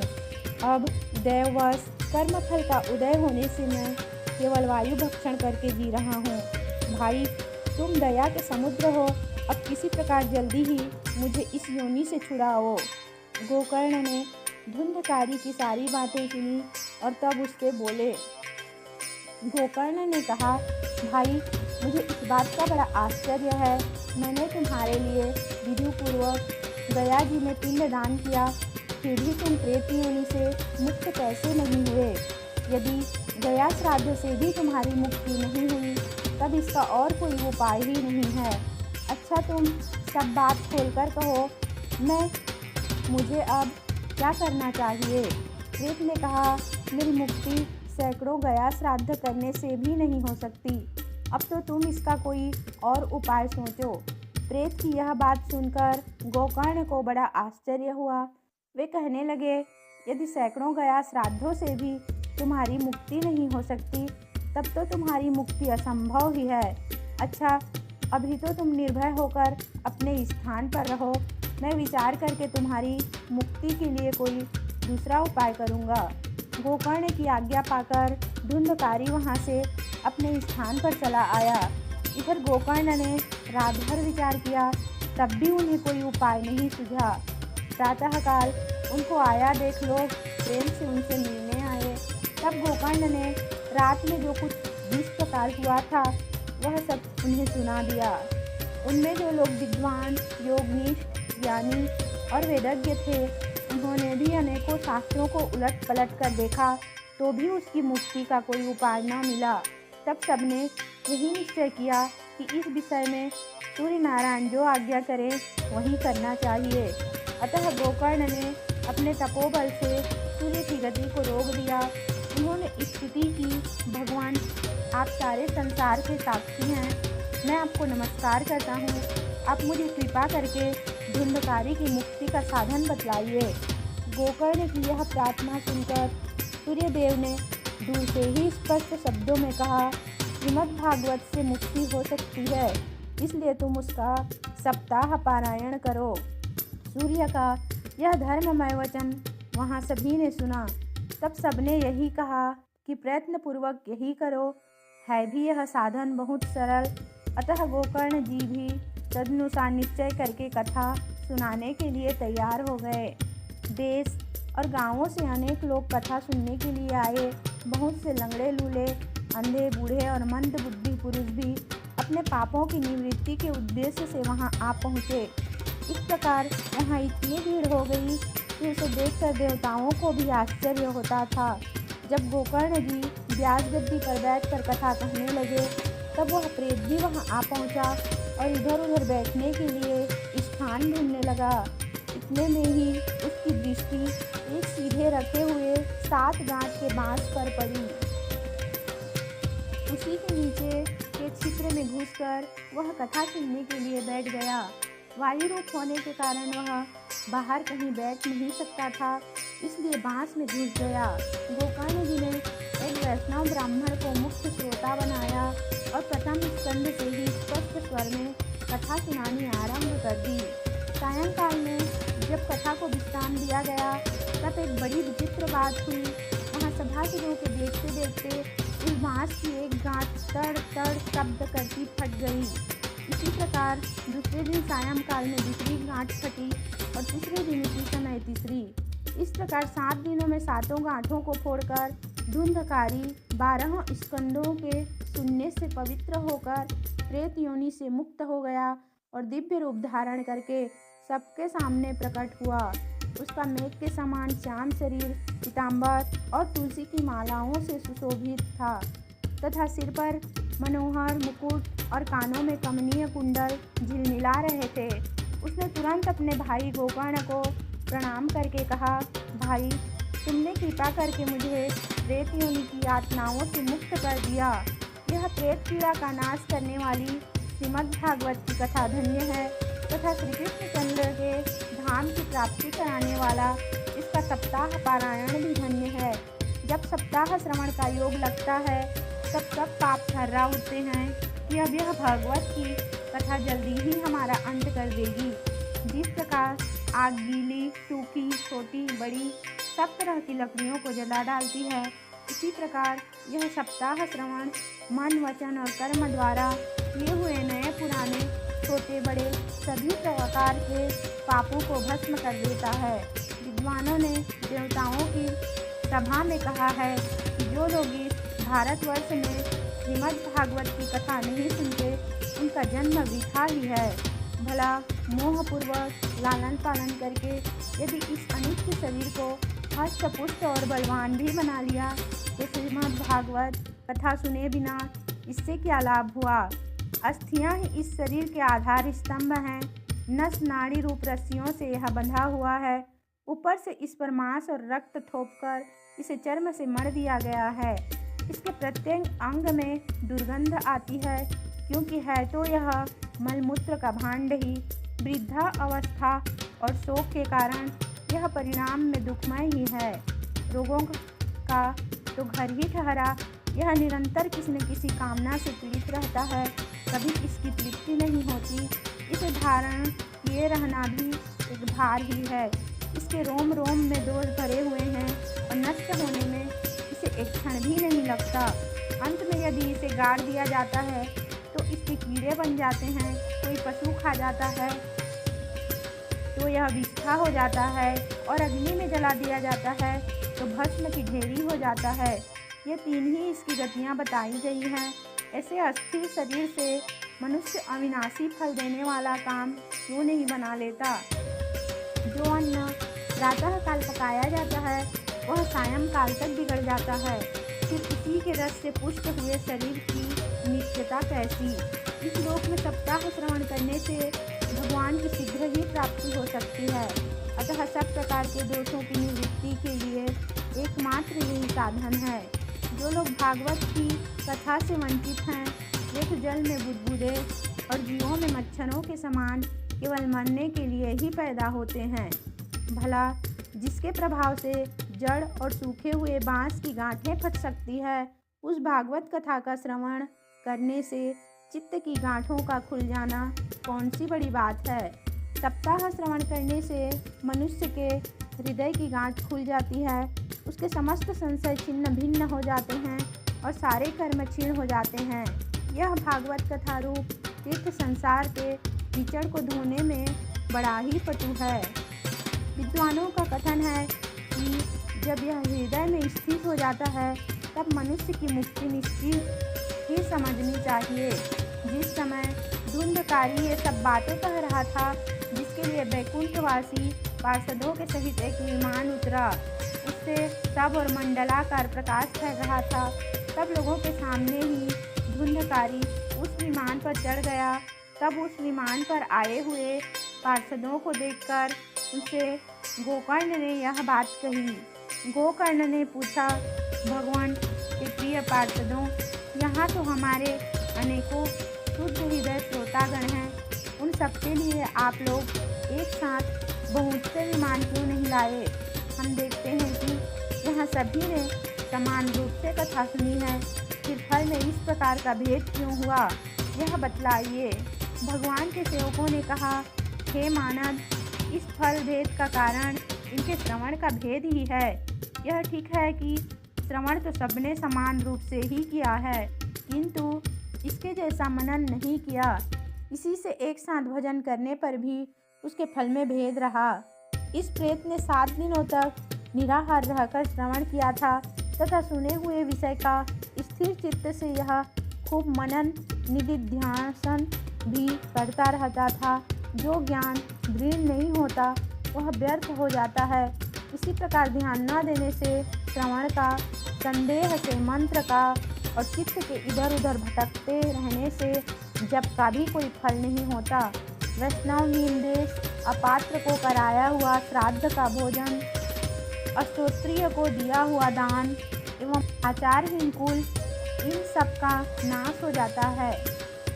गुरु वचनों में विश्वास, दीनता का भाव, मन के दोषों पर विजय और कथा में चित्त की एकाग्रता इत्यादि नियमों का यदि पालन किया जाए तो श्रवण का यथार्थ फल मिलता है। यदि ये श्रोता फिर से श्रीमद् भागवत की कथा सुने तो निश्चय ही सबको वैकुंठ की प्राप्ति होगी। और गोकर्ण जी, आपको तो भगवान स्वयं आकर गोलोक धाम में ले जाएंगे। यूँ कहकर वे सब पार्षद हरि कीर्तन करते वैकुंठ लोक को चले गए। श्रावण मास में गोकर्ण जी ने फिर उसी प्रकार सप्ताह क्रम से कथा कही और उन श्रोताओं ने भी उसे फिर सुना। नारद जी, इस कथा की समाप्ति पर जो कुछ हुआ वह सुनिए। वहाँ भक्तों से भरे हुए विमानों के साथ भगवान प्रकट हुए। सब ओर से खूब जय जयकार और नमस्कार की ध्वनियाँ होने लगी। भगवान स्वयं हर्षित होकर अपने 5 जन्य शंख की ध्वनि करने लगे और उन्होंने गोकर्ण को हृदय से लगाकर अपने ही समान बना लिया। उन्होंने क्षण भर में ही अन्य सब श्रोताओं को भी मेघ के समान श्याम वर्ण, रेशमी, पीताम्बरधारी तथा किरीट और कुंडल आदि से विभूषित कर दिया। उस गाँव में कुत्ते और चंडाल पर्यंत जितने भी जीव थे वे सभी गोकर्ण जी की कृपा से विमानों पर चढ़ा लिए गए तथा जहाँ योगी जन जाते हैं उस भागवत धाम में ये भेज दिए गए। इस प्रकार भक्तवत्सल भगवान श्री कृष्ण कथा श्रवण से प्रसन्न होकर गोकर्ण जी को साथ ले अपने ग्वाल बालों के प्रिय गोलोक धाम में चले गए। पूर्व काल में जैसे अयोध्यावासी भगवान श्री राम के साथ साकेत धाम सिधारे थे, इसी प्रकार भगवान श्री कृष्ण उन सबको योगी दुर्लभ गोलोक धाम को ले गए, जिस लोक में सूर्य चंद्रमा और सिद्धों की भी कभी गति नहीं हो सकती।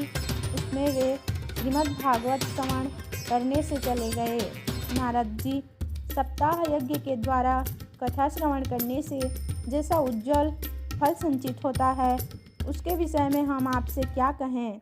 अजी, जिन्होंने अपने कर्णपुट से गोकर्ण जी की कथा के एक अक्षर का भी पान किया था, वे फिर माता के गर्भ में नहीं आए।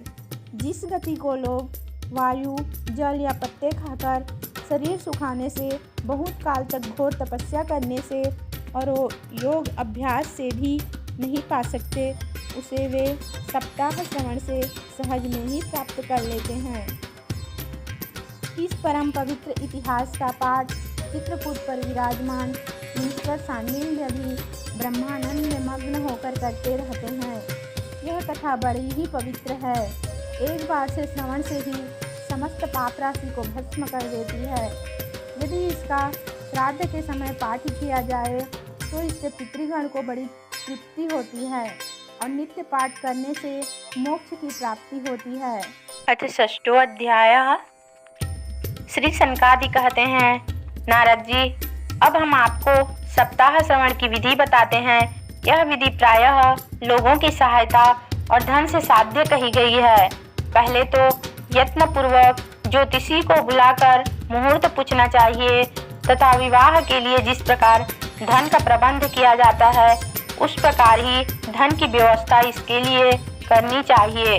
कथा आरंभ करने में भाद्रपद, अश्विनी, कार्तिक, मार्गशीर्ष, आषाढ़ और श्रावण ये 6 महीने श्रोताओं के लिए मोक्ष की प्राप्ति के कारण हैं। देवर्षे इन महीनों में भी भद्रा, व्यतिपात आदि कुयोगों को सर्वथा त्याग देना चाहिए तथा दूसरे लोग जो उत्साही हो उन्हें अपना सहायक बना लेना चाहिए। फिर प्रयत्न करके देश देशांतरों में यह संवाद भेजना चाहिए कि यहाँ कथा होगी। सब लोगों को सपरिवार पधारना चाहिए। स्त्री और शूद्र आदि भगवत कथा एवं संकीर्तन से दूर पड़ गए हैं, उनको भी सूचना हो जाए, ऐसा प्रबंध करना चाहिए। देश विदेश में जो विरक्त वैष्णव और हरि कीर्तन के प्रेमी हों, उनके पास निमंत्रण पत्र अवश्य भेजें। उसे लिखने की विधि इस प्रकार बताई गई है। महानुभावों, यहाँ 7 दिन तक सत्पुरुषों का बड़ा दुर्लभ समागम रहेगा और अपूर्व रसमयी श्रीमद् भागवत की कथा होगी। आप लोग भगवत रसिक हैं, अतः श्रीमद् भागवत अमृत का पान करने के लिए प्रेम पूर्वक शीघ्र ही पधारने की कृपा करें। यदि आपको विशेष अवकाश न हो तो भी एक दिन के लिए तो अवश्य ही कृपा करनी चाहिए, क्योंकि यहाँ का तो एक क्षण भी अत्यंत दुर्लभ है। इस प्रकार विनय पूर्वक उन्हें निमंत्रित करें और जो लोग आए उनके लिए यथोचित निवास स्थान का प्रबंध करें। कथा का श्रवण किसी तीर्थ में, वन में अथवा अपने घर पर भी अच्छा माना गया है। जहाँ लंबा चौड़ा मैदान हो वहीं कथा स्थल रखना चाहिए। भूमि का शोधन, मार्जन और लेपन करके रंग बिरंगी धातुओं से चौक पूरे। घर की सारी सामग्री उठाकर एक कोने में रख दें। 5 दिन पहले से ही यत्न पूर्वक बहुत से बिछाने के वस्त्र एकत्र कर लें तथा केले के खम्भों से सुशोभित एक ऊंचा मंडप तैयार कराएं। उसे सब और फल, पुष्प, पत्र और चंदेवों से अलंकृत करें तथा चारों ओर झंडियां लगाकर तरह तरह के सामानों से सजा दें। उस मंडप में कुछ ऊंचाई पर 7 विशाल लोकों की कल्पना करें और उनमें विरक्त ब्राह्मणों को बुला बुला कर बैठाएं। आगे की ओर उनके लिए वहां यथोचित आसन तैयार रखें। इनके पीछे वक्ता के लिए भी एक दिव्य सिंहासन का प्रबंध करें।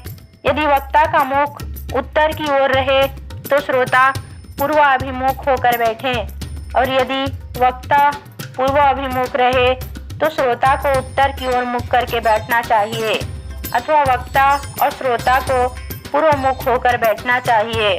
देश काल आदि को जानने वाले महानुभावों ने श्रोता के लिए ऐसा ही नियम बताया है।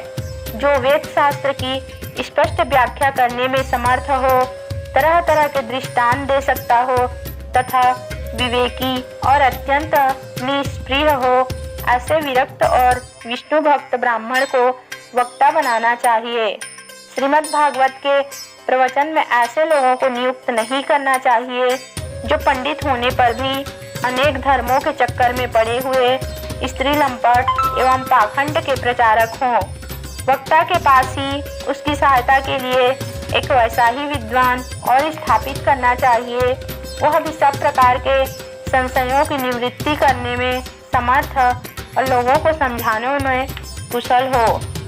कथा प्रारंभ के दिन से एक दिन पूर्व व्रत ग्रहण करने के लिए वक्ता को क्षौर करा लेना चाहिए तथा अरुण उदय के समय शौच से निवृत्त होकर अच्छी तरह स्नान करें और संध्या आदि में अपने नित्य कर्मों को संक्षेप में समाप्त करके कथा के विघ्नों की निवृत्ति के लिए गणेश जी का पूजन करें।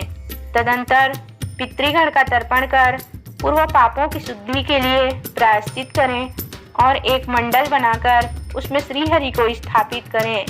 फिर भगवान श्री कृष्ण को लक्ष्य करके मंत्र उच्चारण पूर्वक क्रमशः षोडशोपचार विधि से पूजन करें और उसके पश्चात प्रदक्षिणा तथा नमस्कार आदि कर इस प्रकार स्तुति करें। करुणा निधान, मैं संसार सागर में डूबा हुआ और बड़ा दीन हूँ। कर्मों के मोह रूपी ग्राह ने मुझे पकड़ रखा है। आप इस संसार सागर में मेरा उद्धार कीजिए।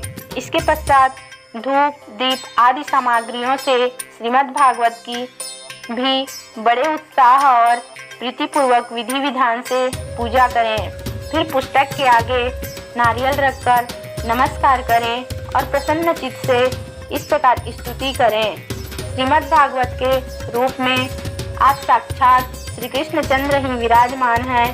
हे नाथ, मैंने भव सागर से छुटकारा पाने के लिए आपकी शरण ली है। मेरा यह मनोरथ आप बिना किसी विघ्न बाधा के सांगोपांग पूरा करें। केशव, मैं आपका दास हूँ। इस प्रकार दीन वचन कहकर फिर वक्ता का पूजन करें। उसे सुंदर वस्त्र आभूषणों से विभूषित करें और फिर पूजा के पश्चात उसकी इस प्रकार स्तुति करें। शुक्र स्वरूप भगवान, आप समझाने की कला में कुशल और सब शास्त्रों के पारंगत हैं। कृपया इस कथा को प्रकाशित करके मेरा अज्ञान दूर करें।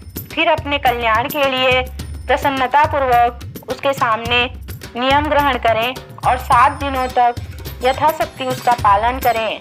कथा में विघ्न न हो, इसके लिए 5 ब्राह्मणों को और वर्ण करें। वे 12 अक्षर मंत्र द्वारा भगवान के नामों का जप करें। फिर ब्राह्मण अन्य विष्णु भक्त एवं कीर्तन करने वालों को नमस्कार करके उनकी पूजा करें और उनकी आज्ञा पाकर स्वयं भी आसन पर बैठ जाएं। जो पुरुष लोक, संपत्ति, धन, घर और पुत्र आदि की चिंता छोड़कर शुद्ध चित्त से केवल कथा में ही ध्यान रखता है, उसे इसके श्रवण का उत्तम फल मिलता है।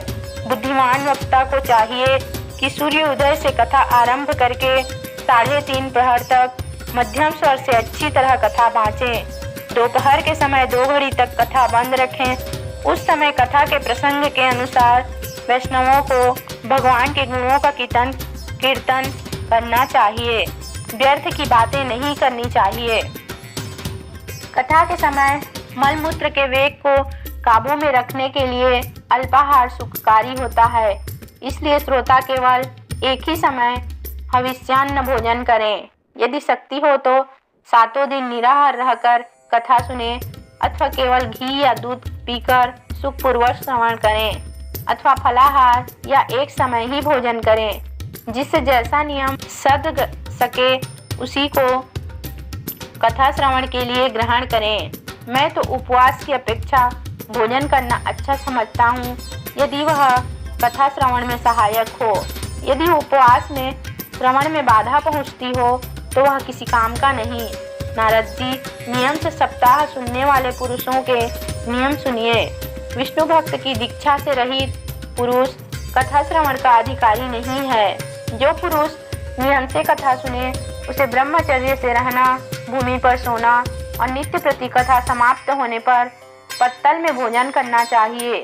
दाल, मधु, तेल, गरिष्ठ अन्न, भाव दूषित पदार्थ और बासी अन्न, इनका उसे सर्वदा ही त्याग करना चाहिए। काम, क्रोध, मद, मान, मत्सर, लोभ, दंभ, मोह और द्वेष को तो अपने पास भी नहीं फटकने देना चाहिए। वह वेद, वैष्णव, ब्राह्मण, गुरु, गौ सेवक तथा स्त्री, राजा और महापुरुषों की निंदा से भी बचे। नियम से कथा सुनने वाले पुरुष को रजस्वला स्त्री, अंतज्य, म्लेच्छ, पतित, गायत्रीहीन द्विज, ब्राह्मणों से द्वेष करने वाले तथा वेद को न मानने वाले पुरुषों से बात नहीं करना चाहिए।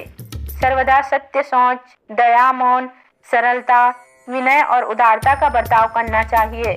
धनहीन, क्षय रोगी, किसी अन्य रोग से पीड़ित, भाग्यहीन, पापी, पुत्रहीन और मुमुक्षु भी यह कथा श्रवण करें। जिस स्त्री का रजोदर्शन रुक गया हो, जिसके एक ही संतान होकर रह गई हो, जो बांझ हो, जिसकी संतान होकर मर जाती हो अथवा जिसका गर्भ गिर जाता हो, वह यत्न पूर्वक इस कथा को सुने।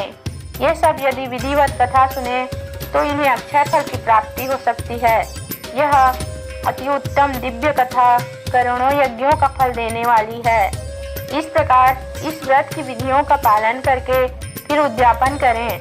जिन्हें इसके विशेष फल की इच्छा हो वे जन्माष्टमी व्रत के समान ही इस कथा व्रत का उद्यापन करें। किंतु जो भगवान के अकिंचन भक्त हैं उनके लिए उद्यापन का कोई आग्रह नहीं है।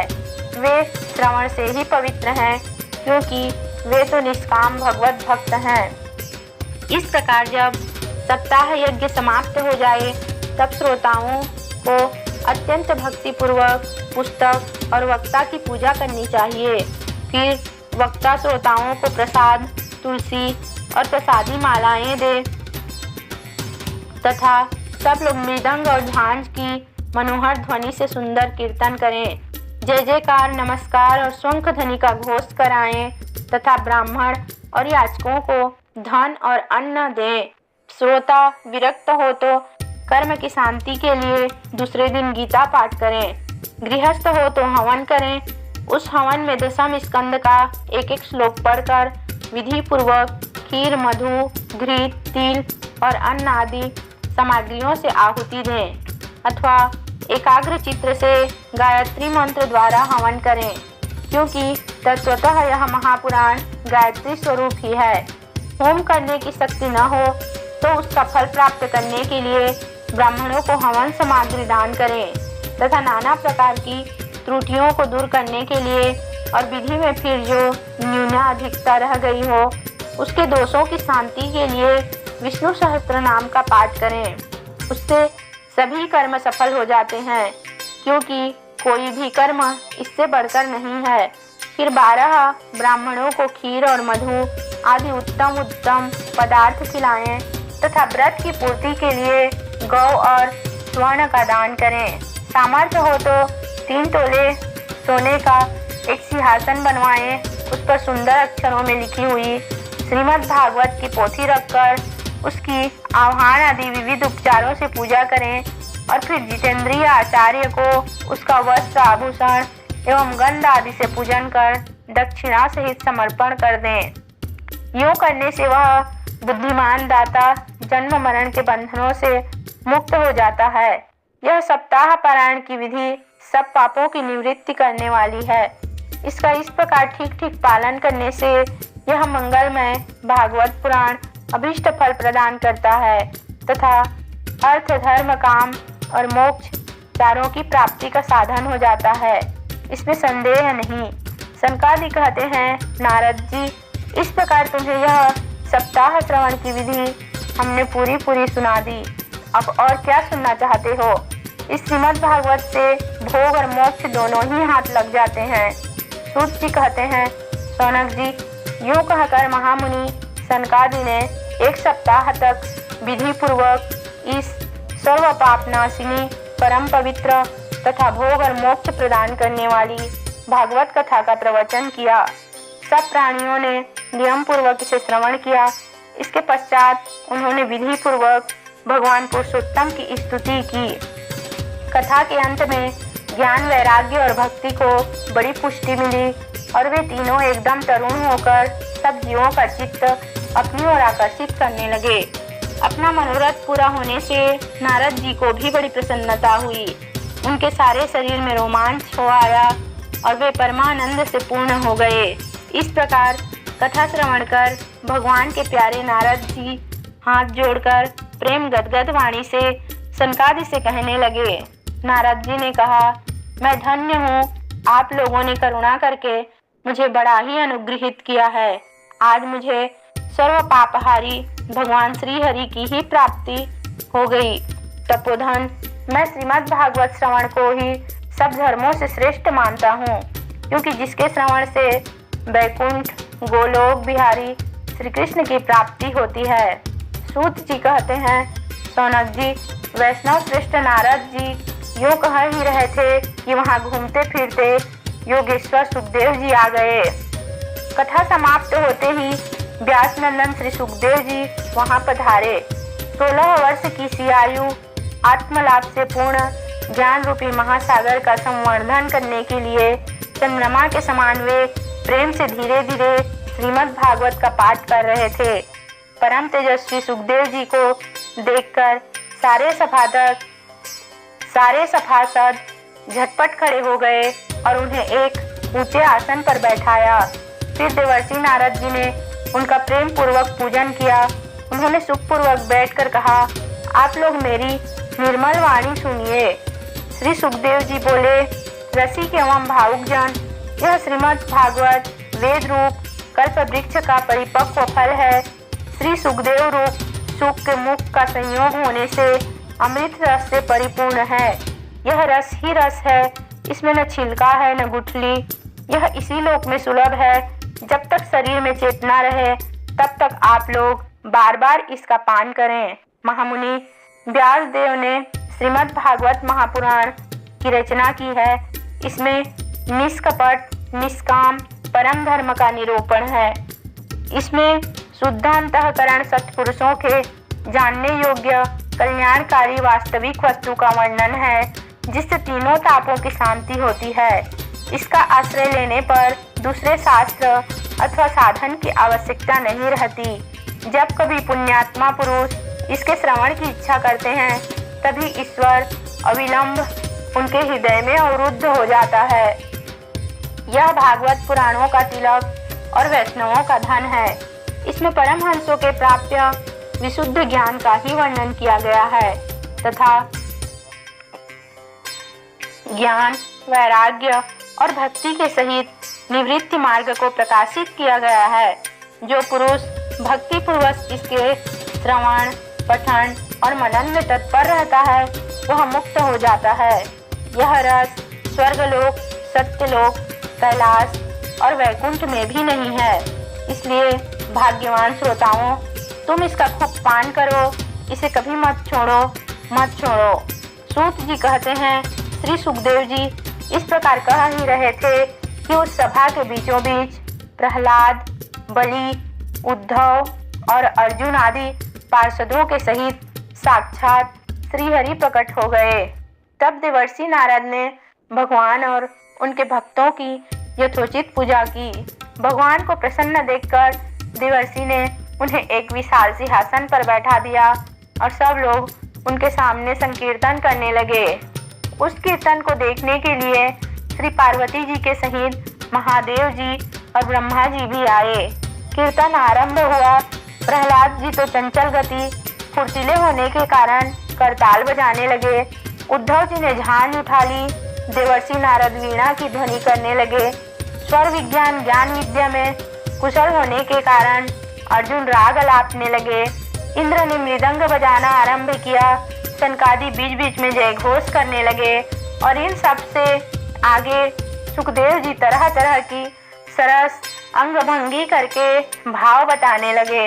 इन सब के बीच में परम तेजस्वी भक्ति, ज्ञान और वैराग्य नटों के समान नाचने लगे। ऐसा अलौकिक कीर्तन देखकर भगवान प्रसन्न हो गए और इस प्रकार कहने लगे, मैं तुम्हारी इस कथा और कीर्तन से बहुत प्रसन्न हूँ। तुम्हारे भक्ति भाव ने इस समय मुझे अपने वश में कर लिया है, अतः तुम लोग मुझसे वर मांगो। भगवान के ये वचन सुनकर सब लोग बड़े प्रसन्न हुए और प्रेमाद्र चित्त से भगवान से कहने लगे, भगवान, हमारी यह अभिलाषा है कि भविष्य में भी जहाँ कहीं सप्ताह कथा हो वहाँ आप इन पार्षदों के सहित अवश्य पधारें। हमारा यह मनोरथ पूर्ण कर दीजिए। भगवान तथास्तु कहकर अंतर्ध्यान हो गए। इसके बाद नारद जी ने भगवान तथा उनके पार्षदों के चरणों को लक्ष्य करके प्रणाम किया और फिर सुखदेव जी आदि तपस्वियों को भी नमस्कार किया। कथामृत का पान करने से सब लोगों को बड़ा ही आनंद हुआ। उनका सारा मोह नष्ट हो गया। फिर वे सब लोग अपने अपने स्थानों को चले गए। उस समय सुखदेव जी ने भक्ति को उसके पुत्रों सहित अपने शास्त्र में स्थापित कर दिया। इसी से भागवत का सेवन करने से श्रीहरि वैष्णवों के हृदय में आविराजते हैं। जो लोग दरिद्रता के दुख ज्वर की ज्वाला से दग्ध हो रहे हैं, जिन्हें माया पिशाची ने रौंद डाला है तथा जो संसार समुद्र में डूब रहे हों, उनका कल्याण करने के लिए श्रीमद् भागवत सिंहनाद कर रहा है। शौनक जी ने पूछा, सुत जी, सुखदेव जी ने राजा परीक्षित को, गोकर्ण ने धुंधकारी को और सनकादियों ने नारद जी को किस किस समय यह ग्रंथ सुनाया था? मेरा यह संशय दूर कीजिए। सूत जी ने कहा, भगवान श्री कृष्ण के स्वधाम गमन के बाद कलयुग के 30 वर्ष से कुछ अधिक बीत जाने पर भाद्रपद मास की शुक्ला नवमी को सुखदेव जी ने कथा आरंभ की थी। राजा परीक्षित के कथा सुनने के बाद कलयुग के 200 वर्ष बीत जाने पर आषाढ़ मास की शुक्ला नवमी को गोकर्ण जी ने यह कथा सुनाई थी। इसके पीछे कलयुग के 30 वर्ष और निकल जाने पर कार्तिक शुक्ल नवमी से सनकादिक ने कथा आरंभ की थी। निष्पाप शौनक जी, आपने जो कुछ पूछा था उसका उत्तर मैंने आपको दे दिया। इस कलयुग में भागवत की कथा भाव रोग की रामबाण औषध है। संतजन, आप लोग आदर पूर्वक इस कथामृत का पान कीजिए। यह श्री कृष्ण को अत्यंत प्रिय, संपूर्ण पापों का नाश करने वाला, मुक्ति का एकमात्र कारण और भक्ति को बढ़ाने वाला है। लोक में अन्य कल्याणकारी साधनों का विचार करने और तीर्थों का सेवन करने से क्या होगा? अपने दूत को हाथ में पास लिए देखकर यमराज उसके कान में कहते हैं, देखो, जो भगवान की कथा वार्ता में मत्त हो रहे हो उनसे दूर रहना। मैं औरों को ही दंड देने की शक्ति रखता हूँ, वैष्णवों को नहीं। इस असार संसार में विषय रूप विष की आसक्ति के कारण व्याकुल बुद्धि वाले पुरुषों अपने कल्याण के उद्देश्य से आधे क्षण के लिए भी इस दुख कथा रूप अनुपम सुधा का पान करो। प्यारे भाइयों, निंदित कथाओं से युक्त कुपथ में व्यर्थ ही क्यों भटक रहे हो? इस कथा के कान में प्रवेश करते ही मुक्ति हो जाती है। इस बात के साक्षी राजा परीक्षित हैं। श्री सुखदेव जी ने प्रेम रस के प्रवाह में स्थित होकर इस कथा को कहा था। इसका जिसके कंठ से संबंध हो जाता है वह वैकुंठ का स्वामी बन जाता है। शौनक जी, मैंने अनेक शास्त्रों को देखकर आपको यह परम गोप्य रहस्य अभी सुनाया है। सब शास्त्रों के सिद्धांत का यही निचोड़ है। संसार में इस सुख शास्त्र से अधिक पवित्र और कोई वस्तु नहीं है।